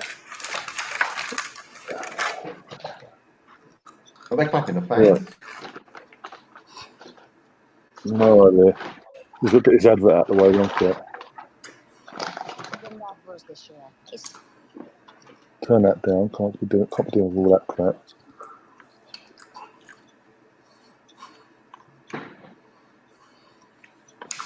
Right, this is basically what I was on about, by the way, when it comes on. Here we go. The team once again, after sort of everything that's been happening over the first sort of 2 or 3 months of the season. And all you've done is have like a little bit. And I actually called up a few weeks ago and I kind of commended Arteta. I'm still impressed with the way that Arteta is kind of moving the club forward. But this is the wind-up call. Arsenal's plateaued at the moment. There's no moving them forward from where? No, he has moved them forward. From where they were a year or 18 months. No, they're not at all. They've won a trophy. That's not okay. That trophy aside, okay. Where are they now? They moved forward. No, but that's always nice. But are you telling me that Martinez moved Wigan forward when he won the trophy because he got relegated? Yes, of course he did. Because Wigan have never won a major trophy. So he did it. They got relegated. They got relegated. Is that moving them forward? Wigan, right? Who win a cup? Oh, you're not meaning you're such a snob. You're such a elitist that the FA Cup doesn't count. Wigan fans would take that all day long with relegation to winning the FA Cup. They would do the same thing again. And Martinez did move Wigan forward over a period of time. He had one bad season. With Arteta, No, hold on. No, we're talking about Arsenal. We're talking about saying that right now, Arteta is in a worse position than Emery was this time last year. His points per game total are worse than him. He lost his weight. He lost his weight towards the end of his tenure. What's happened? No, you're right. What's happened with Arteta is the progress that we had when he first came back, and it was an upward trajectory, right? And he did move us forward by the way he got organised, the way started closing down, their structure, team shape, and it's prerequisite that you have to run around with the rest you've got, which wasn't there under Emery at the end of it, and after anyway. So he did get it together, beat you in the FA Cup, although you're what we've got like seen out for 2 towards the end, but we beat you 2-1 in a major competition. That means we had a good season last year, right? Because we've won a trophy. But what happens when you're going forward that quickly? You can't keep going on that steep incline.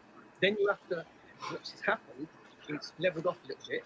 What he's gone back to now is he's micromanaging a bit too much, whereby it's sort of football by numbers, where the organisation's there. We've lost our free flowing movement by forward. So you've got to get yourself forward. I just think that this is a tip. And yes, it is why there is a concern, but it's not to the point where the fans need to go absolutely, wild against the team. And we saw it at the end of Wenger's tenure. I mean, it's unacceptable. It's bizarre. It's barbaric. We've got to stick together. Obviously, there's going to be solutions to this problem. No, he's got a solution to get rid of us. But don't do it. No, he's chastised the whole club. It's embarrassing. No, but they're not pressed out. He's been lucky, Arteta, that there's been no fans in the home game. Because you look at Leicester who won their great. Aston Villa, where there is a complacency after getting the 1-0 against Manchester United. Then lose against Wolves. So 3 home defeats on the trot. That's first game against Wolves. There would have been a little bit of fractiousness in that stadium because you lose 3 home games on the 5th. What Arteta has got to do now is, he said about last week after the Molde game, where at the moment it's play, rest, recover, play. That you ain't got a lot of time to work on like team shape and your philosophy.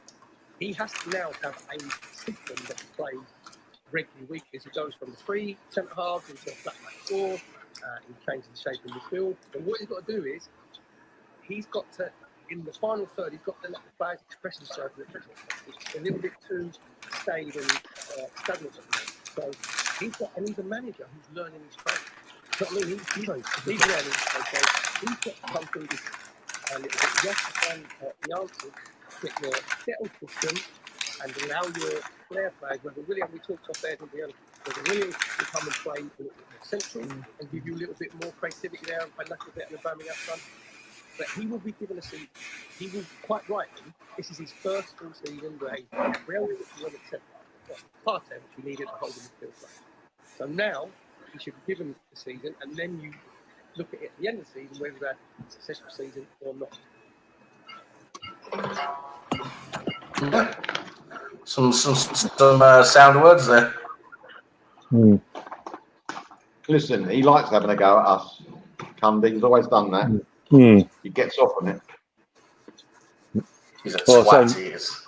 Yeah, I was saying, Melvin, while you was gone, to Sam and all that, literally, apart from getting right seen buyers, apart from the likes of Perry Groves, Laura Woods, and whoever Arsenal related comes on as a special guest, it does seem everyone on that radio channel does have a thing against Arsenal. Definitely, they definitely want that sort of attack, because it gets them the clicks, it gets them the retweets, it gets them the views, because they get reaction from our fan base, and our fan base every time we act. And they buy it the whole time. Yeah, exactly. Especially on Twitter as well. It's just like, what's the point? Don't give them what. Because the more you keep giving it to them, the more they're going to keep doing it. So, yeah, second half just kicked off as well. Yep. My screen. I'm 45, 18, 19. I'm just ahead of you, boys. I'm 12, 13, so behind. And as Russ says, we living in a Perry Groves wonderland. Yeah. Oh dear. And Gary saying Gabriel scores, Mari scores. That's what we do.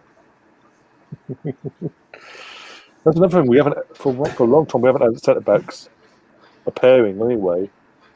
Oh, what a ball! What a ball! Oh. I mean, that's a good point actually from Russ in the chat as well.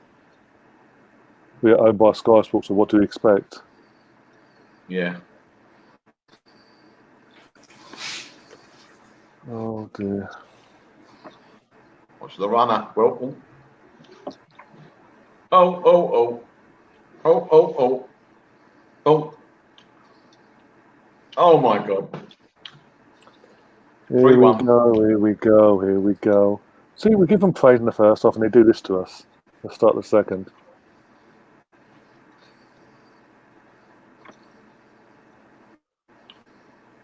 Well, it took them 3 attempts though before the fourth one went in. But even that, why is everyone just standing there? Yeah. Apart from Pablo Mari, Kolasinac got lucky as well. And Manarson, everyone else has stood there. Maitland Knowles never went with a runner. No. Goldie pushed it out, not wide enough. Timed that well, haven't you? Oh dear. The minute I start watching, they score. It's all your fault. Yeah. You're jinx. You're literally, every time you come on, they score, we concede. Oh dear. Well, the thing is now, because at half time I saw the scores, Moldova winning 2-0 at home to Dundalk. So as we all said before, and Vienna, we were expecting a tougher game anyway. But Vienna had to win, because otherwise if they don't qualify. Because of the head-to-head. That Rapid Vienna player who's missed 2 open goals.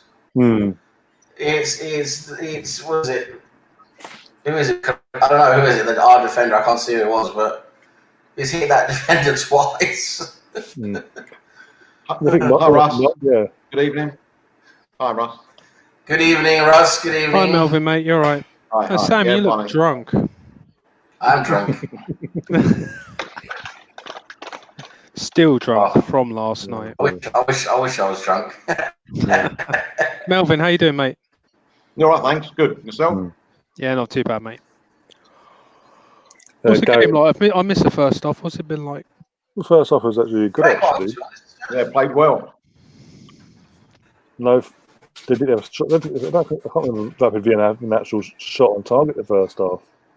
No, they've done more this half in 3 minutes. Yeah. They got a free kick as well. Yeah, what was it? Well, Gary in the chat saying Murray made 2 blocks. Wow, we are poor. And also Kodo made a block as well amongst all that. The keeper made a save.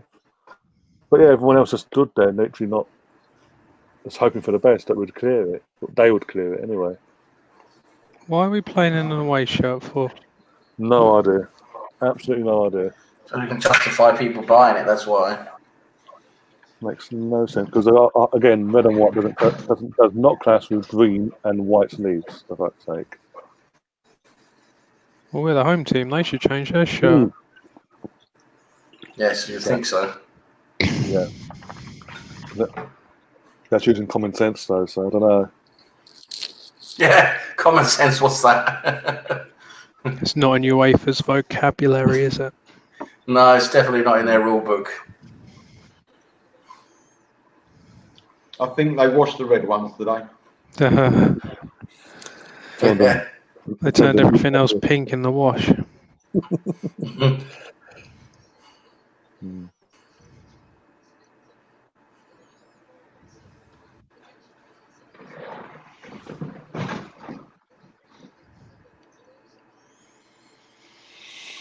Oh dear.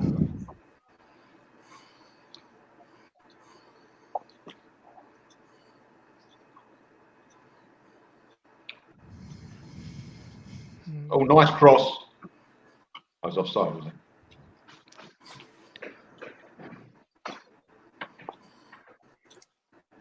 Probably wasn't, but let's give it offside anyway because there's no VAR anyway. Well, it's not going to be an agenda tonight. Did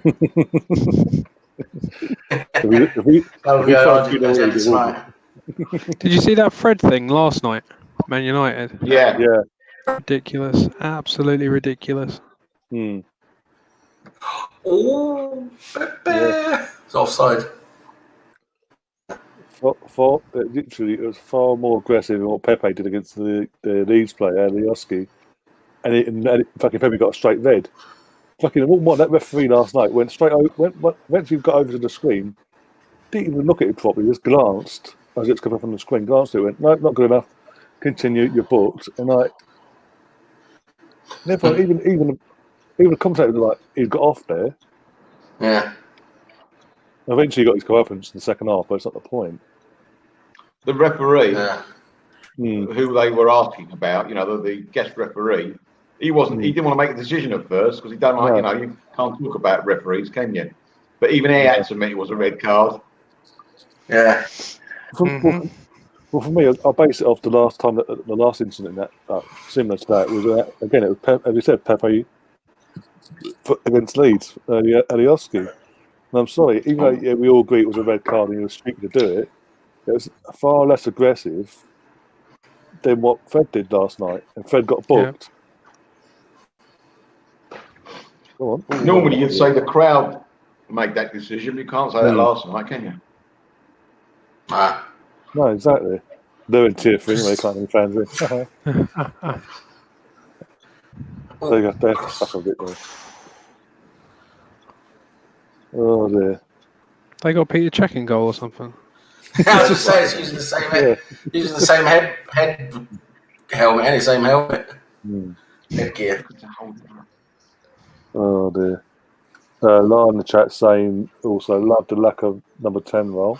There's work tonight, to be honest. So, like Sam said earlier, keep playing again in that match on Sunday. Me was not happy that we conceded, by the way. No, poor boy. You should look right, mate. You should look right. Oh, there we go. Mark Green said they said our home shirt clashes with the green kit and it clashes with their away kit, which is all red shirt. How does green and white clash with red and white in any way? If you're colourblind, maybe, but Yeah, colourblind. There you go. That's the best excuse. He's colourblind. There you go. Yeah. Probably years now I've said that. I think their kit is more, as I said before, the clash is the grass and their kit, not two different kit.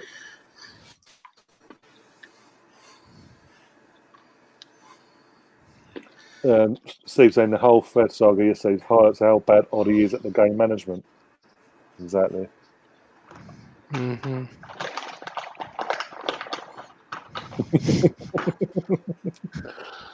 Oh dear.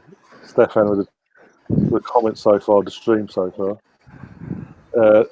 A guest referee, and this week May United v Newcastle match is Sir Alex Ferguson. Yeah. What a surprise!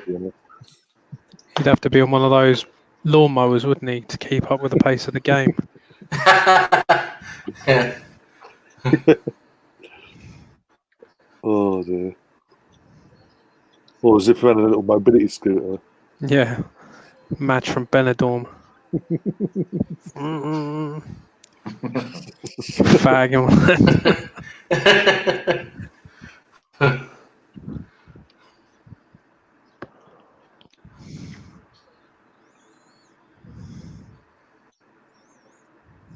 Oh! Dodgy keeper. What, theirs or ours? Theirs. Good. I don't care. That's fine then. That's okay. God forbid if our guy makes a mistake. Oh, we got lucky there. Yeah, I see what you mean.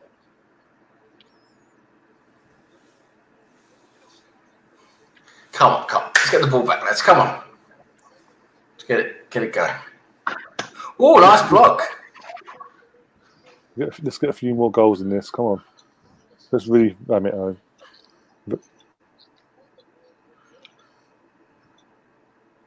Nice, El Nenny. Nice. El Nenny just makes it look so simple, doesn't he? That's the thing. He just makes it look so simple.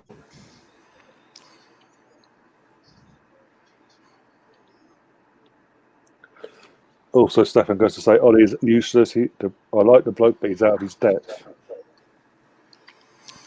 And in other news, the sky is blue.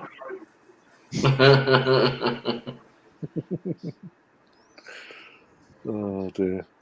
What we made of these mind games that are coming out from Tottenham, by the way? Eric Dyer saying about Arteta, and then obviously the Harry Kane's injured. Yeah, he's injured, and magically Sunday he'll be on. Captain. Oh, Lacazette almost scored. We should have. What minute are you, Russ? 57-16. Oh, you're well ahead of me, and I'm on BT. Yeah, ahead of me as well. I'm on 56-28. Way ahead. Jesus.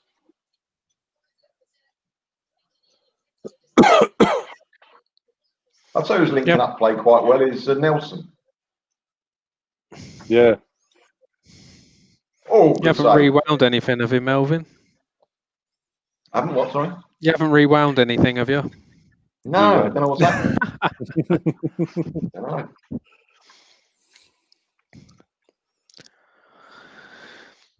I'm about to see it now, by the way. Here we go. He should have done better. Yeah, should have done better. Got a shot away, but he should have done better. Keeper did well, though, but he should have scored, I agree, but the keeper did do well.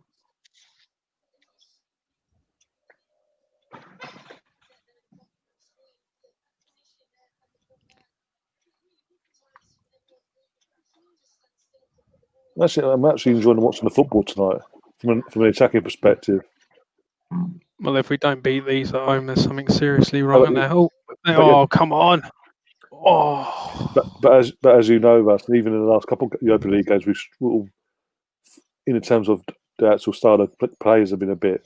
We've just got out of the game, so to speak, with all due respect.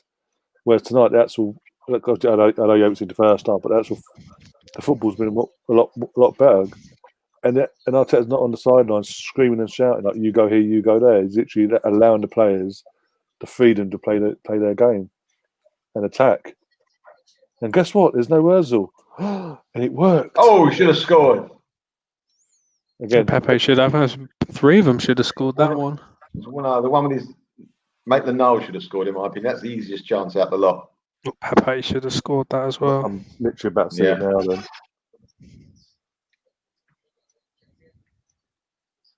All right.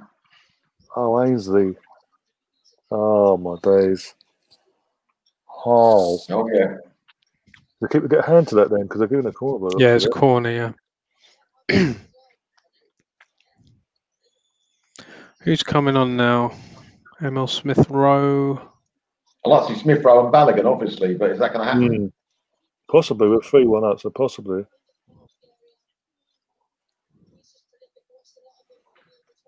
Yeah, Balogun's coming on, I think. Cool. He'll score then. With his first touch again. Oof. William's coming on apparently. Oops. According to Mark in the chat.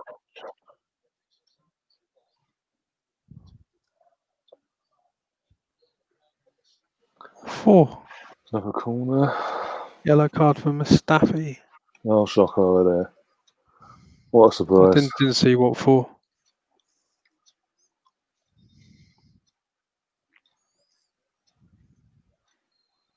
Ceballos, Willian, and Smith Rowe. I thought a Balogun was coming on.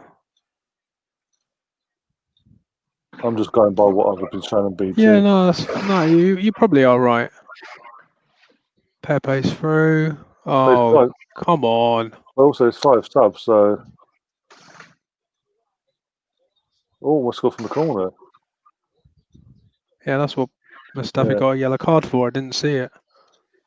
See, this is bloody hell. Pepe should have scored about 3 times his half already.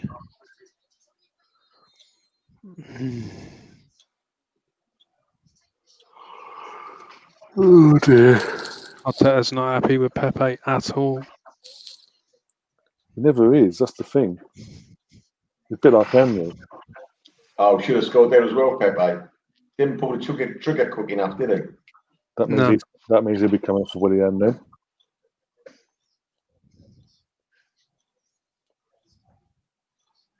Blood, what's that? Oh, Willian, Ceballos, Emil Smith Rowe. And then he's going off. Okay. Bit surprised with that one. It's a bit of a risk.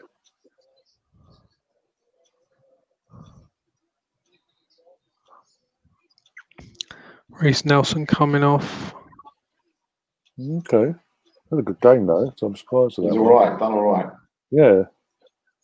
Does that mean he's got a chance for Sunday then? I don't know. Lacazette's coming off. Okay, I see Pepe going up front. possibly. Can't see Willian going up front, no way. Oh God, no. We'll say that. We've tried it before, so you never know.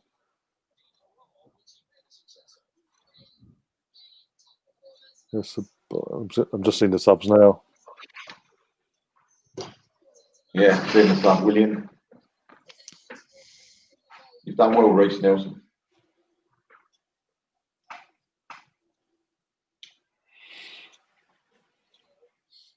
To be fair, all the players that have come off have done well tonight, so maybe they've got a chance for Sunday, but they're coming off this early. How many are we allowed? How many are we allowed to bring on? 5? 5 in the European competition. 5, yeah. Right. So you may as well leave Pepe on because he's not playing a game on Sunday, is he? So no, exactly. Mustafi's not going to be on, but oh God.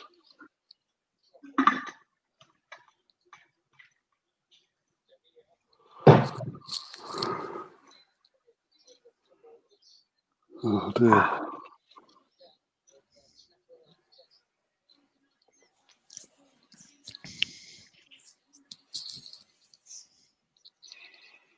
So Balogun also, so 2 more subs. So Balogun can still come on anyway. Yeah, probably bring him on like 10 minutes left.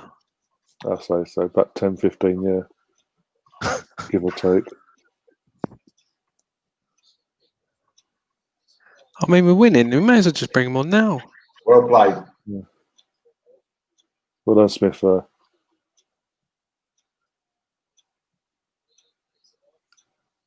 Give it back. That's it. What a ball. Go on, Pepe. Yeah. Oh. Nketiah. Oh, what a tackle from Pepe.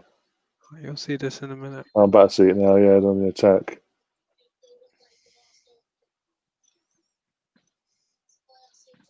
Nice ball, Mustafi.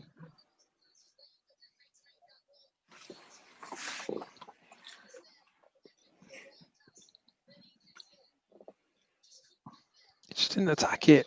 He missed it. Oh my God. How did he miss that, Melvin? How did he miss it? He needs longer studs, doesn't he? It's Gaza from Euro 96, that was. Yes. Might see it side on. Just see how far away he was here. They're showing it side on. Come on, we're on the attack again. Come on. Oh. That's it, Smith Rowe. Goal. 4-1. Oh, that was bad. That was bad when Nketiah. He should have got there. Should have got there. Nketiah mistimed that. Pepe can't believe it. But even Lacazette can't believe it. You'll like this in a minute, Melvin. Right. I'm ready. I'm ready. Eyes on the screen, boys. Rangers also winning 3-2 in their game. Well, that was a nice little move. Oh, come on, sorry.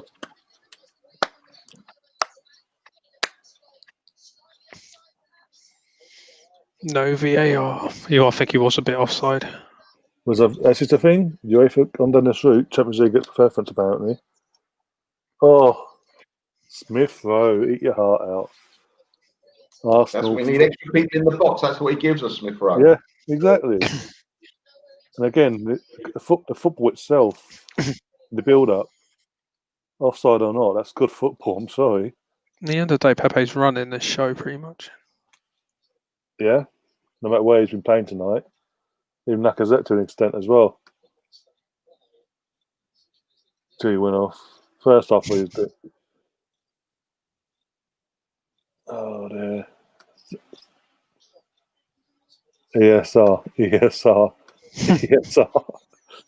Oh, and another one. Who made it for him? Who gave him the ball? Who was the assist? Pepe with the run. I think it's Ainsley with the assist. Yeah. Ainsley with the assist again. Corner. Yeah, exactly. And Steve Pepe. That was another proper Arsenal goal. I've missed watching this football for how many weeks? Where's this been for the last few weeks? Years. Ryan. Arteta ball. Yeah, back at its finest. Blip? What blip? It's only November. I see no ships. I did not see it. I see nothing. Oh dear. But please, Arsenal, please don't revert back to type on Sunday. Play like this on Sunday. You have a chance. You're asking a little bit much. Well, consider we're not going to have a touch towards. Oh, what is going on there? Jeez. We're not going to have a Kolasinac and Mustafi players like that playing. We're going to have Gabriel, probably Mari playing. Maybe Louise won't be out. I don't think he'll play Mari. I'd like to see Mari. He'll play Xhaka. I think he will, just because of what's happened with David Luiz, the situation there. I think that's sort of forced it a bit quicker than expected. Xhaka Khan. Xhaka can go away. Xhaka can go away. We'll play on any on his own if we have to. Oh dear. Oh, Callum Chambers is coming on. What the hell? That's what I'm saying. I thought that was handball and Mustafi, you know. Thought he's lucky to get away with that. He could have been sent off because he's already been booked, hasn't he? Callum Chambers, first time in a year almost. Crikey. Oh, Is he still 21? Yeah. No, I don't know if you know, but literally off the Facebook Bad group on ball, the week going mental too now. much to do. Literally, one of the guys just said, "Please, can we do this to the scum on Sunday now?" I'm saying scum, and that's you didn't use that word, but I'm using the politically correct word. Chambers and Marie have got to know each other in the physio room, haven't they? Yeah. No. Go on, Chambers. Nasmalina says, "Why can't we do this in the Prem?" Well, better teams in the Prem. Yeah, we'll find out on Sunday. With better Anyway. players. Hopefully, as I say, hopefully it's not a one-off, and we can actually use this as a platform for going into Sunday. Because otherwise, as I said, we'll get battered otherwise. Yeah, but these Europa League games, we pretty much dominated all of them, haven't we? We haven't really played that badly. We haven't played badly, but we haven't played brilliantly even in the last couple either. At the same time, which has been our best. Is that Chambers as well? That geezer looks like Chambers, one of their players. It's Chambers, yeah. Playing for both teams. That's unfair. Mario's got the armband as well. I've just noticed. He's a leader. That's why he's a leader. I don't know if he is, actually. If he is, I'll take it. If he is. Nothing to do with him having Spanish roots or nothing, no. Yeah. The next one to get the captain's armband could be Gunnosaurus, couldn't it? At this rate. At this rate, yeah, but say. Oh dear. Yeah, give it to Balogun when he comes on. Willian.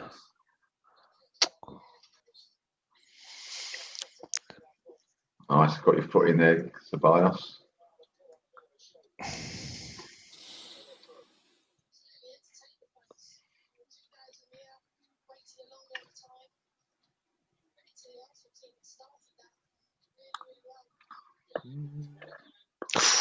Oh, lovely work into the box. Emil Smith-Rowe. He needs to get a chance in the league. I don't think he'll play on Sunday, but I'd like to see him get a chance. He can't be worse than what we got. Exactly. Yeah. And also, what he does, he actually moves the ball forward. He's forward thinking, forward playing, which we miss. Oh, nice dummy. Oh, nice. Unlucky. Well done, Smith-Rowe. Nice thought.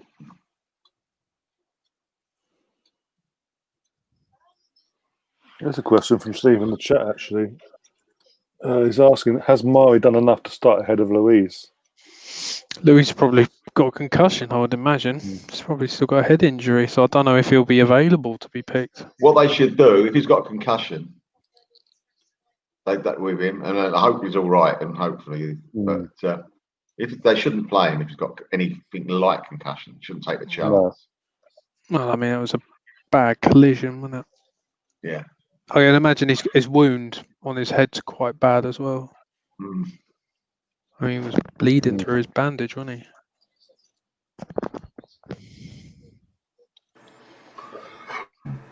Oh, what did I miss? I missed another goal, didn't I? Yeah, Smith-Rowe. Smith-Rowe,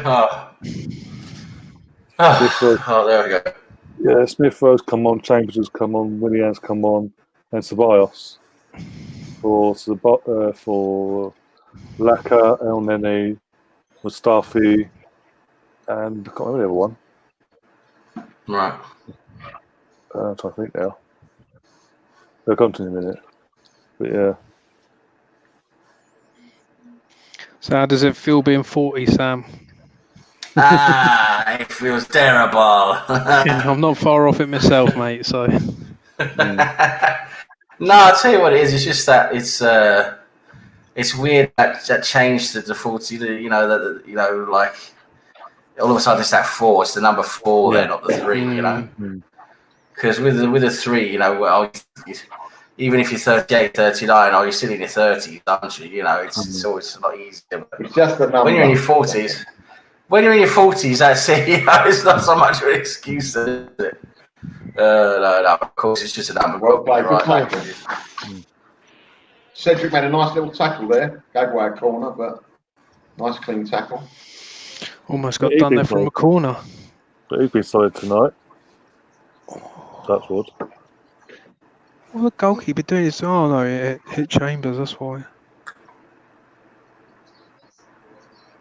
It's got a big corner.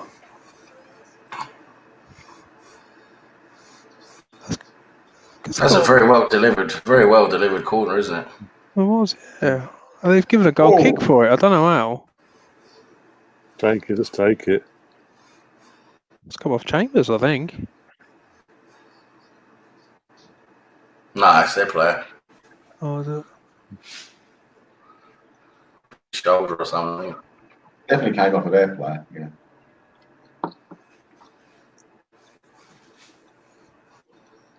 See, why doesn't Willian run like that in the Premier League? So we can have another 2 subs, can we? Got one more sub left. One more. Chambers came on, didn't he? Oh, yeah, one more sub. Oh. He's offside.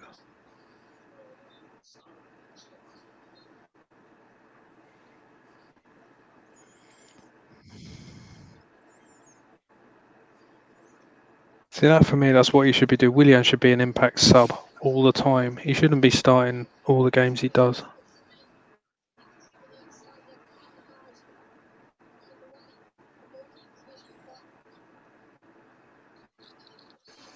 Yeah.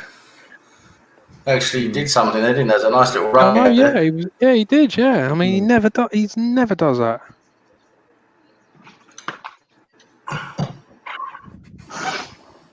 Come on, give him 15 minutes. I'll tell him. Unlucky Smith though. Go on. Unlucky. Okay, say so.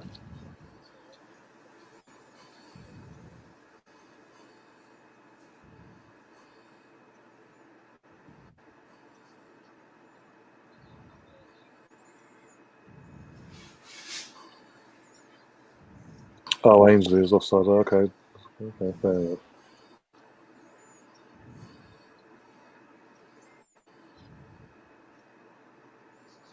Yeah, I can see it.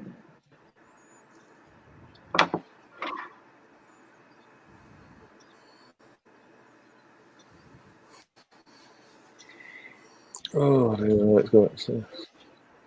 Goes also saying last, no, not concussion, just a bleeding member. Still bad injury either way.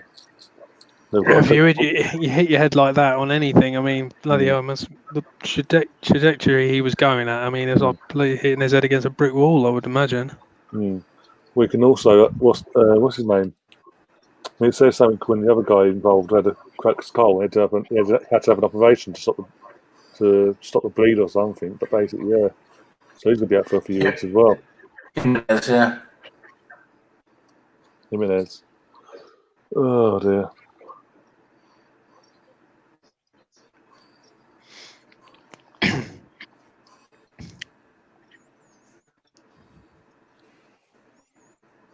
Taib has just joined us in the chat. A bit late, Taib, but I'll take it. Pick up Taib. Hope you're keeping well and safe. Oh, dear. Cue the next 10, 12 minutes of Taib jokes coming our way. Yep. Big up the 26 people watching over the 3 platforms as well.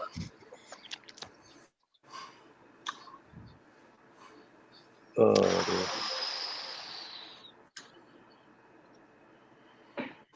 Oh, what a ball. Go on. Handball, yeah.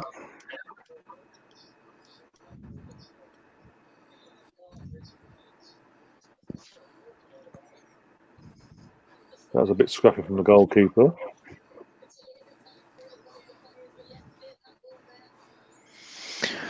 It's got a free kick just outside the box we have.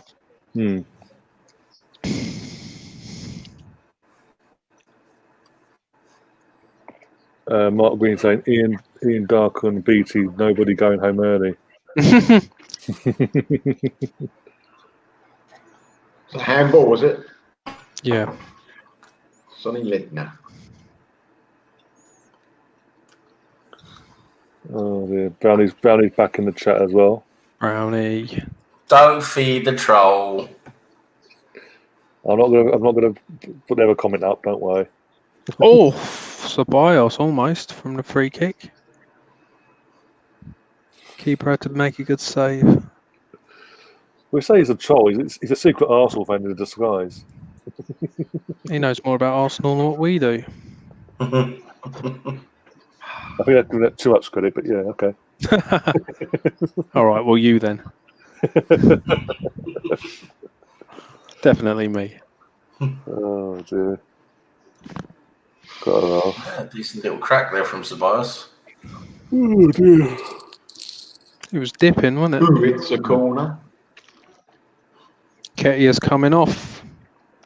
Balogun? Who do you reckon might come on? He's got to bring him on now, surely. Sure, he's got to be Balogun. Got to be, isn't it? Go by that's his silence. I'm doubting it though. Bellerin.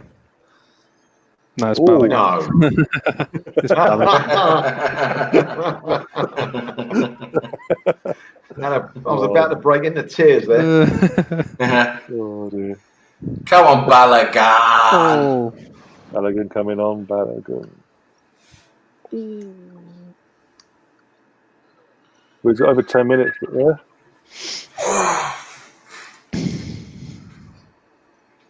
Oh dear.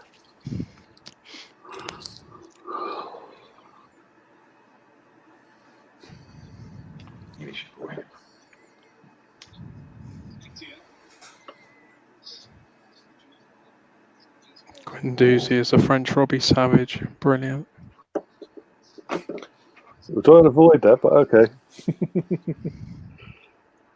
I thought if you weren't going to mention it. Oh dear. Looking forward to the pod tonight in Arsenal Fan Circle too. Yeah, are we watching Gary? Is Gary on tonight, is he? Yeah. Chambers almost scored there off the line. Oh, lucky. That was the first time I watched it last week. It was pretty good. Mm.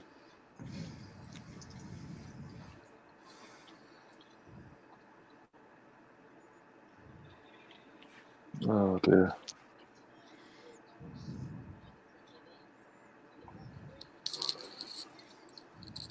Go on, Pepe, go on.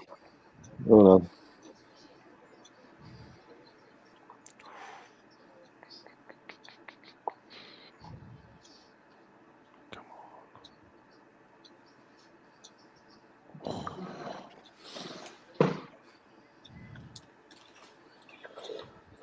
From Periscope, got a comment from Periscope. Nketiah, any good tonight?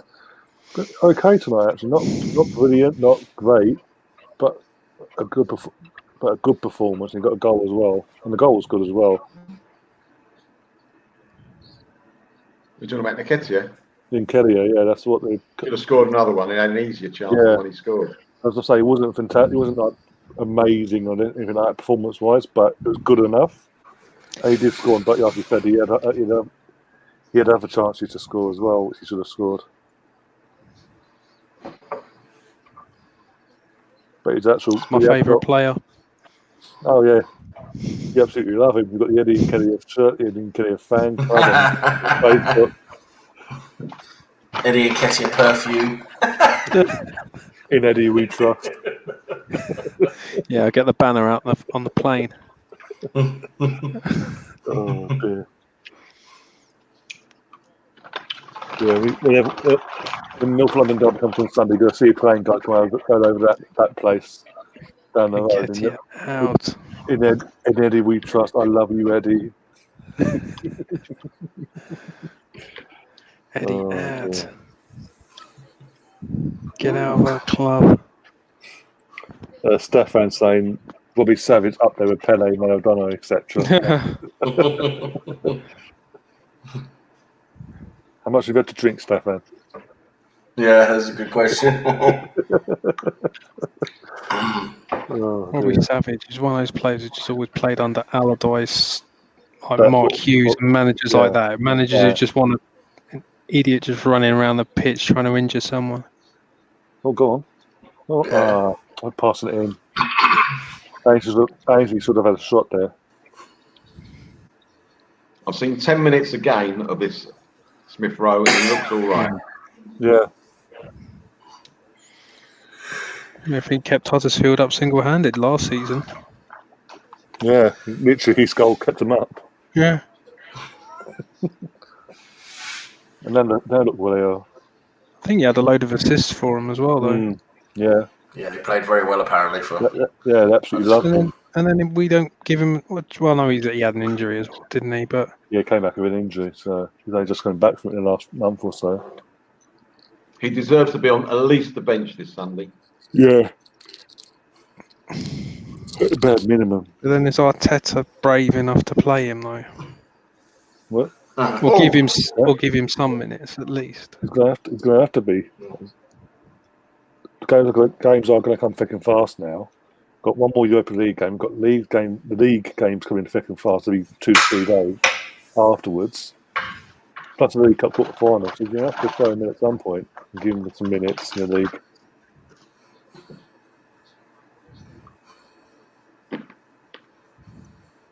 I think Sunday's a perfect opportunity as an Arsenal lad coming through the ranks and all that. Someone that knows what it has that bit more edge in the North London derby from our side, from our perspective.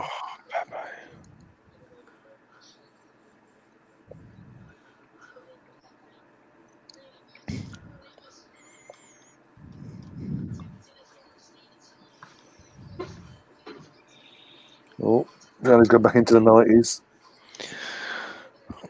In 97, I went to Denmark to watch Wales. We won 1-0. I spent over $1,000 to get there and spending money. Well, after the game, I went to the team hotel, into the bar, and met Savage. And Savage comes over, and I said, "Robbie, are you going to buy me a pint?" He said, "This will be interesting." What he comes back with. Probably get one yourself. Yeah, probably said, "Who are you?" Yeah. Shouldn't it be you get me a pint? Oh dear.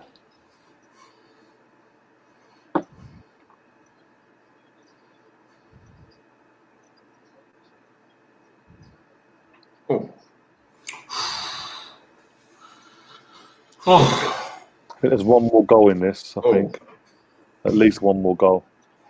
Got his head to it, Balogun. We couldn't get it down enough.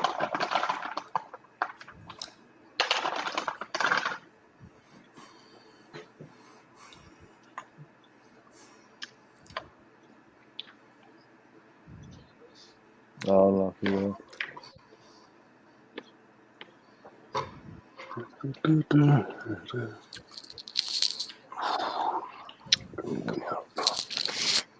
Another corner. How many corners we had? Too many. Come on, Brownie. I want to hear what's happening. God, that was probably leave us hanging. Left us hanging. Probably writing an essay now.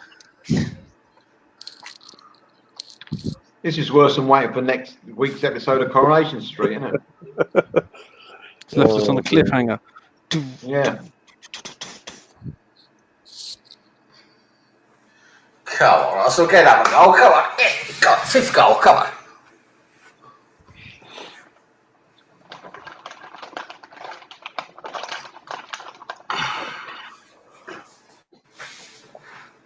Come on, boys. Come on.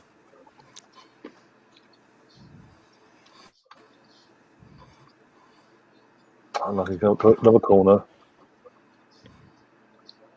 I've just seen a banner beyond the North Bank goal.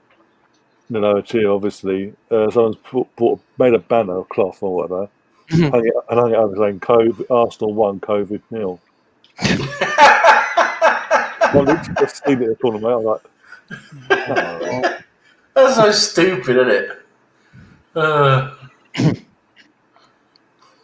We wouldn't do it. But Brownie wasn't deleted mine. I'm waiting for That's the strange. article. It was deleted. But he's accusing me of deleting the story. I'm waiting my end to see what comes We're through. waiting. I know what he said. Oh, it might have been. It might have been flagged because he's written something. He's written swear words in there. And if a moderator's not there to, sometimes you've got to have a moderator there to accept it, to approve it. Okay. And if the moderator's not there, then it just gets deleted. Why aren't you moderating, Sam? Come on.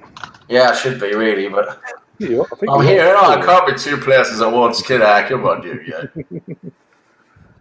Oh dear. Nothing, yeah, as I said, nothing to do with me. So you may have to change your phasing a bit. Yeah, just put a star in or something like that. Try and hide that it's a swear word and it should We'll work. just put it more eloquently. Oh dear. Or just use your vocabulary. Yeah. Yes. Savage at a bar. Ooh, that's a nice little try there from Villian. About 4 minutes. How long we got? Because you're ahead of 3 me. minutes. Oh, 3 minutes. Okay. Brownie, just to make clear if you're listening, what happens is if you write a swear word or something like that, it will automatically get filtered for review, and a moderator has to approve it. Is that a And if there's no moderator in the chat, after a little while it gets deleted. So, unfortunately, with no Molina or no one else, none of the moderators there, that's what's happened. There we go. Right. He said, as we want, it's you who would be buying me the pint. So I responded, hang on, you're on thousands of quid a week. I spent $1,000 to get here. You want me to get you drinks in? Yeah. So clearly, fucking. So Brownie makes friends with the Welsh international players. Yeah. Well done. And then abuses them. Brownie wants a drink and he abuses Robbie Savage for not getting him a drink. Well done, Robbie. Well done. You're a class act. I mean, Brownie, yeah, you're a class act, mate. Abuses him. Straight out abuses him.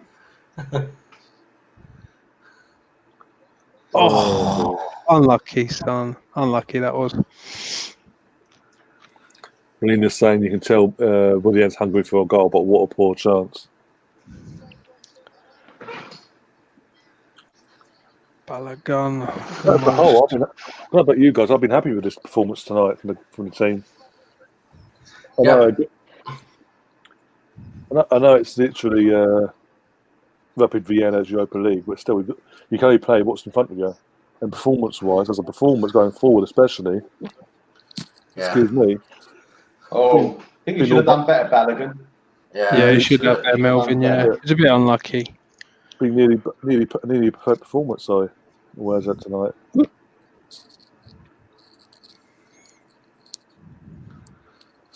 It's a sloppy goal to concede, though. That's what I'm saying. Almost perfect. But as a whole, we've actually we've gone for the actual team. As I said in the last few weeks. Oh, that's a bias. Unlucky.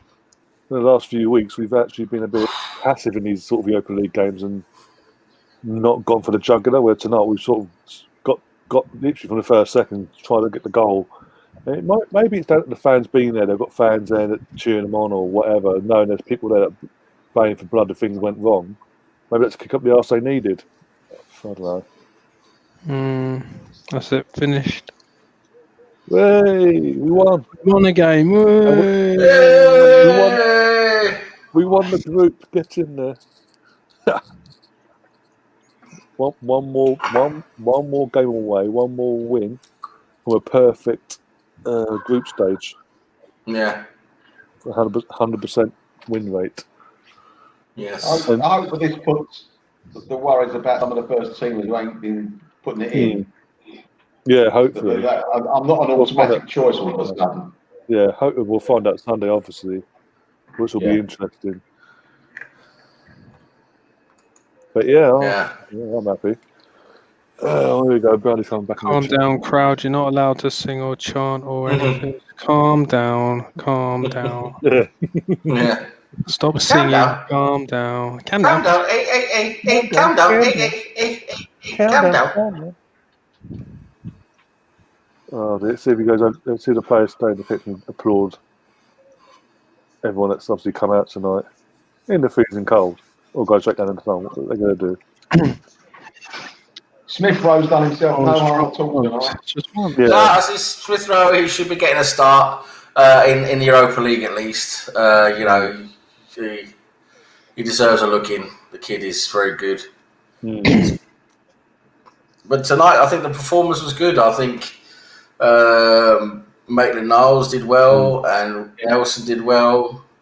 And I'll tell you what, Lacazette looked in the first half looked very good in that number 10 role. Actually, it was very, very strange to see that him like that with Nketiah in front of him, but it worked well. There's a lot of fluid play. I think they're allowed to express themselves a lot more today. It looked like, you know, and it works. It works with some of these young players because they're more hungry to play, and you know they got more of that flair in them. And I think we should continue. I mean, like I said after the first time, I said I'd ideally like to see this exact team today without Kolasinac. You put in Tierney for Kolasinac, and you put in Gabriel for Mustafi. And I would literally like to see that exact team that started today play against Spurs, because I think maybe they might be able to do something the way they played there. You know, they just seem to have a connection. They seem to. You could see the way they were passing the ball to each other and running, you know, into space and moving in that first half. You could just see that they played well together. You could see there was a connection there, you know, and that's what we've been lacking so much lately. So, you know, if I was watching that from the sidelines there as a manager, I was okay, this is looking pretty good. Let's try this on Sunday.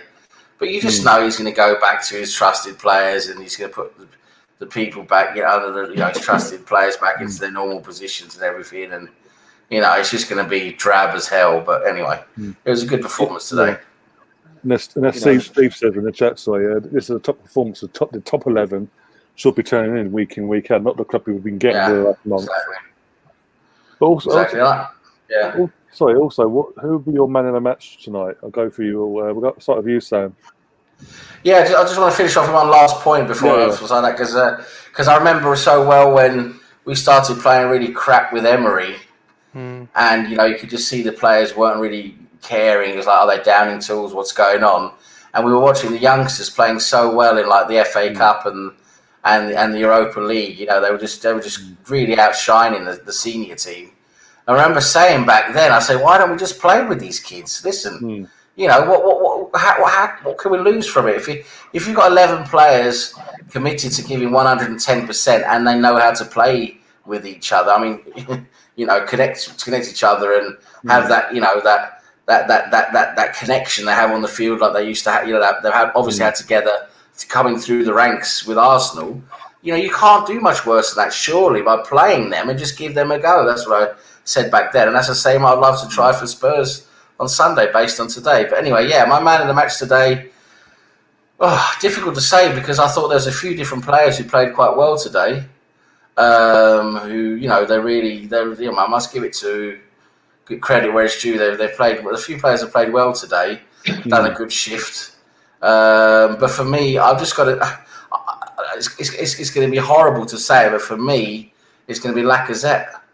It's going to be Lacazette just because in that first half performance, I thought he was very good. He scored that incredible goal. He hit the post as well. And he linked up really well there in midfield, and he looked like a completely different player in that position today. I know it's only Rapid Vienna, you know, let's not get too excited, but I just thought he played really well. So the first half, second half, he I think it, you know, wasn't quite the same. But just that first half really impressed me with Lacazette. And for me, I think it was enough to award him that performance. But I'll tell you what, there's a few other players who did well there today. I thought Maitland-Niles looked good. I thought El Neni looked good as well. I know El Neni had that one pass that wasn't good, but he just looked so comfortable. You know, and I got to give it to Pablo Mari. You know, he looked quite comfortable today too. scoring a goal again. That nice header from the corner. So there's 3-4 players there who could really get it for me. But I have to give it to Lacazette based on just how much of a surprise it was, and that goal as well. That screamer of a goal from 35 plus yards. Yeah. What a strike that was. Yeah, Melvin, what about yourself? Yeah, you could give it to Lacazette. I'm going to give it to someone different. I thought his whole round play of getting the ball, moving it forward quickly. I thought Nelson had a good game. Reece Nelson. I thought he was involved in a lot of our best moves tonight. He kept the ball moving, set up a couple of things as well, set up a goal. I could give it to Lacazette, but to be something different, I'll give it to him. No, Gary, mate, you know Lacazette. He's been so bad, hasn't he? But today he hasn't. Today he hasn't been bad. It's and like Melvin said, and the other guy said, there's a few players who could have man of the match today, and there's a few players who have played very well. But for me, I just had to give it to based on the goal as well. Yeah. So Melvin's saying Reece Nelson, but as I said, there are so many you could give it to that today. But before we come to myself, my man of the match, I'm going to go to Russ. Who's your man of the match? Well, I only saw the second half, mate. So I thought Pepe had a really good game. To be honest, I thought he did quite a lot of stuff in the second half from what I saw, and he was the only one who sort of stayed on the pitch for the entire game. He did create quite a bit. He had a few shots and didn't score, but no, I thought he was quite central to quite a lot of things going forward. For me, after sort of, again, it's so many, but I sort of have to just agree with Melvin and say Reece Nelson, because he gave us something. We were saying for that match, he was giving us something different. He looked at a threat with the ball every time he had the ball. He looked going forward, and just in his general playing, that assist for Eddie to goal as well. The ball's coming out at a fast pace. He does literally not take a touch. He just does bang, and then he does the rest. But also, I think you got sort of throw Ainsley in there as well. Ainsley put a good game in there. Mohamed El-Neni. He had a steady game, didn't he? Had a steady game, Eddie. Yeah. Ainsley Maitland-Niles had a steady game in midfield. I like, it's nice to see him there. I think he could make that his own. As I say, El-Neni, Pablo Mane, for his first game back since the Man City game back in the summer. Since his first game back, absolutely phenomenal. Got a goal as well, good goal. But yeah, I started just give it a head, give Nelson the head there. But again, there's so many you could give it to. Even Smith Rowe could throw in it because he had like 25 half an hour of game playing. He played his arse off as well. Yeah. And again, when he came on, he gave us something different as well in a positive sense. And he was always getting involved in the game. He didn't shy away, getting stuck in not just in the attacking sense, but in the defensive sense as well. Pepe as well, as Russ said as well, couldn't put a foot wrong. The only thing that didn't go for him was the ball didn't go in the net for him. Everything else but that. But you know what? Yeah. We'll take it. It's just now, obviously, can we please take this forward to Sunday, please, performance-wise? No matter who plays, don't play. The Granit Xhaka plays well fucking Sunday. El-Neni has to start. Yeah, watching Xhaka will be captain, bro. Yeah. See, the thing is, you just know Xhaka's going to play because Arteta loves him, right? You just know that. But all the managers love him. That's the thing. Every manager he's played under loves him. No, as I said on Monday, my sort of podcast I sort of did in the afternoon when I was still venting. I was like, can either Arsene Wenger, Unai Emery, Freddie, for a few games, or Mikel now, tell me what is it they actually physically see in this player that makes them think he can do something for us going forward. He's been at the club how many years? It's saying something, and then he's gone off, come back, and he's a better player. Well, for me, it's that the role he plays is the same role you see El-Neni play today, just much better. El-Neni plays that role that Xhaka's supposed to play today, and he actually does what Xhaka's supposed to do. Yeah. For me, El-Neni is so underrated because he's always available. That is a hard. I know it sounds it sounds, a bit weird to say that, but it is very difficult to always be available. When you've got so many football players around you, and he's always available, very deep there, close to defence. So they've got that easy pass to him, and that has so much to do to help our transitional play and get us into attack. Because if you've got a defender who can just pass the ball a short distance to El Neni, who then can just turn and pass it, that's where the attack gets, started. And you don't have a defender who's messing up basically, or passing sideways or backwards, and nothing's happening. So El Neni's sort of like the kickstart of the attack, and you just see he just does it so well. It's just he gets that ball, he turns quickly, and then he passes the ball really quickly. And 9 out of 10 passes are the right pass, going forwards to the right player or to someone who's in open space. He's always doing the right thing, and he does it so quick. Where Xhaka he's always so slow. It's like he's been dipped in maple syrup. It's just he's always so slow, isn't he? So for me, like I said, when Partey came in and El Neni came back the way he came back, I said we don't need to see Xhaka anymore. We shouldn't see Xhaka anymore. But unfortunately, Arteta still likes him. To be honest, the only reason we're seeing more Xhaka recently is because obviously Partey being injured, and then now when they're getting COVID because Salah. And now when you got COVID, of course you couldn't help that. Of course, yeah, exactly. But it wasn't even his fault. It's fucking Salah's fault. There's no. But now Neni's back. We shouldn't see Xhaka on Sunday, so I'm really hoping we don't. But I'm worried because you know what Arteta's like. And that's the thing, and as Taib says, and then it ain't going to help Arsenal win a league title. Finish top. As a first teamer, obviously not. As a squad player, maybe you never know. Because obviously Partey being the better player out of the three, he's obviously going to be ahead of both of them. But out of the three, the worst one is, we're going to be honest, is Granit at the moment. You can take that out at the moment, out of the equation. He's always been, in my opinion, the worst. No, he's been out. Whoever plays in midfield, if Granit is playing, he's the worst midfielder on the pitch from both teams. Even Coquelin and Flamini are better than fucking them. That's saying something. Yeah, exactly. Jesus. Yeah, old Coquelin. Yeah, he used to do a decent shift sometimes. But he was Cazorla, and he was suddenly amazing. Exactly. You're talking about quality of player, Cazorla. Oh yeah, quality. Absolutely. He was a good player. Right. Yeah, well, I'm going to obviously stop wrapping things up, guys. So, right. Thank you very much. Early nights and all that, work and all that. Melvin, take care, mate. Where can people find you, Melvin? Melvin, the only way is Arsenal marks. Don't be shy. That's all I say. Melvin doesn't bite. Are you around, Melvin, on Sunday? Or Yep, I'll be there. Michael Jackson, I'll be there. Yeah, Melvin's got to play with his toys behind him. Oh God! Oh, sorry, you shouldn't be seeing that. Sorry. Oh dear. What about yourself, Sam? How can people find you as well? Yeah, Sam Greenwood TV, as it says on the screen there.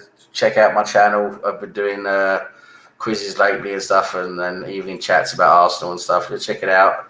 Subscribe. Appreciate that. And I'm mostly doing on other people's channels like yours, Ryan, at the moment. So. Yeah, thanks for having me on again. It's been a laugh, and let's hope we do the job on Sunday. Hopefully, yeah. Are you around for that on Sunday? It's 4:30. What time is the kickoff? 4:30 UK time. 4:30, or might be towards the end. I don't know. I've got to check it out. Again. We've got a few days to chat about anyway, so I'll send you a link. Worst case, and do what. Yeah, great. Vas, what about yourself? I've disappeared. That's all right. Don't worry, I'm here. Sorry. Yeah, it's Rocky Boy 101 or Ross Morgan on Facebook. And you can also find me here mainly. So yeah, don't worry. I was just being evicted from where I was. Evicted. Yeah, that's what it usually is around here. Russ, you have been evicted. Please leave the house. Yeah, get out. They wouldn't say a word if I did. No, are you around on Sunday as well, Russ? Not sure, mate. I'll have to let you know. Yeah, no worries. That's cool. And yeah, well, obviously next Arsenal Watchalong, as you can tell, is obviously the big one this season of the season so far. Away to that lot down the road, with 2,000 of them idiots there as well, make it even better for us to hopefully turn up. Hopefully that's the incentive as well for the players, a bigger incentive to shut them lot up. Keep them quiet, nice and quiet. But with that, in terms of other watch-alongs, I'll be doing 2 on Saturday. West Ham versus Man United is a 5:30 kickoff on Saturday. To go through it now, 1 second. Load up quick. It wants to pick me over. And then literally, I might even do straight afterwards another one, Chelsea versus Leeds. That'd be a tasty game, I think. And then obviously Sunday, 4:30 UK time, Tottenham versus Arsenal at their gaff. And yeah, we're going to hopefully absolutely turn up for that one and do what we did tonight and batter them. Because I think this tonight, even again, it's Rapid Vienna Europa League. Before this game, I had no confidence. This performance, the way they've played tonight, has given me some hope that we might get something on Sunday, if not the win. You know what? And as they say, form guys. When it comes to North London derbies, the form guys out the window anyway. Yeah. Because even at our best, and Tottenham were at their worst, and fucking in relegation scraps, they managed to get something from us back in the day. So why can't we do it back to them? And maybe that could be what turns things around league-wise and pushes us on for the next very, very busy month ahead. Other content-wise, obviously, I'll bring back career mode tomorrow, the next episode of that. At some point, I don't know what time yet, but once I know, you guys will know, and I'll put obviously a post up and announce it all. And yeah, until then, guys, enjoy the rest of the evening. We've won 4-1, play good football, and as always, guys, up the Arsenal. Come on, you Gunners! Go. Oh, you Gunners.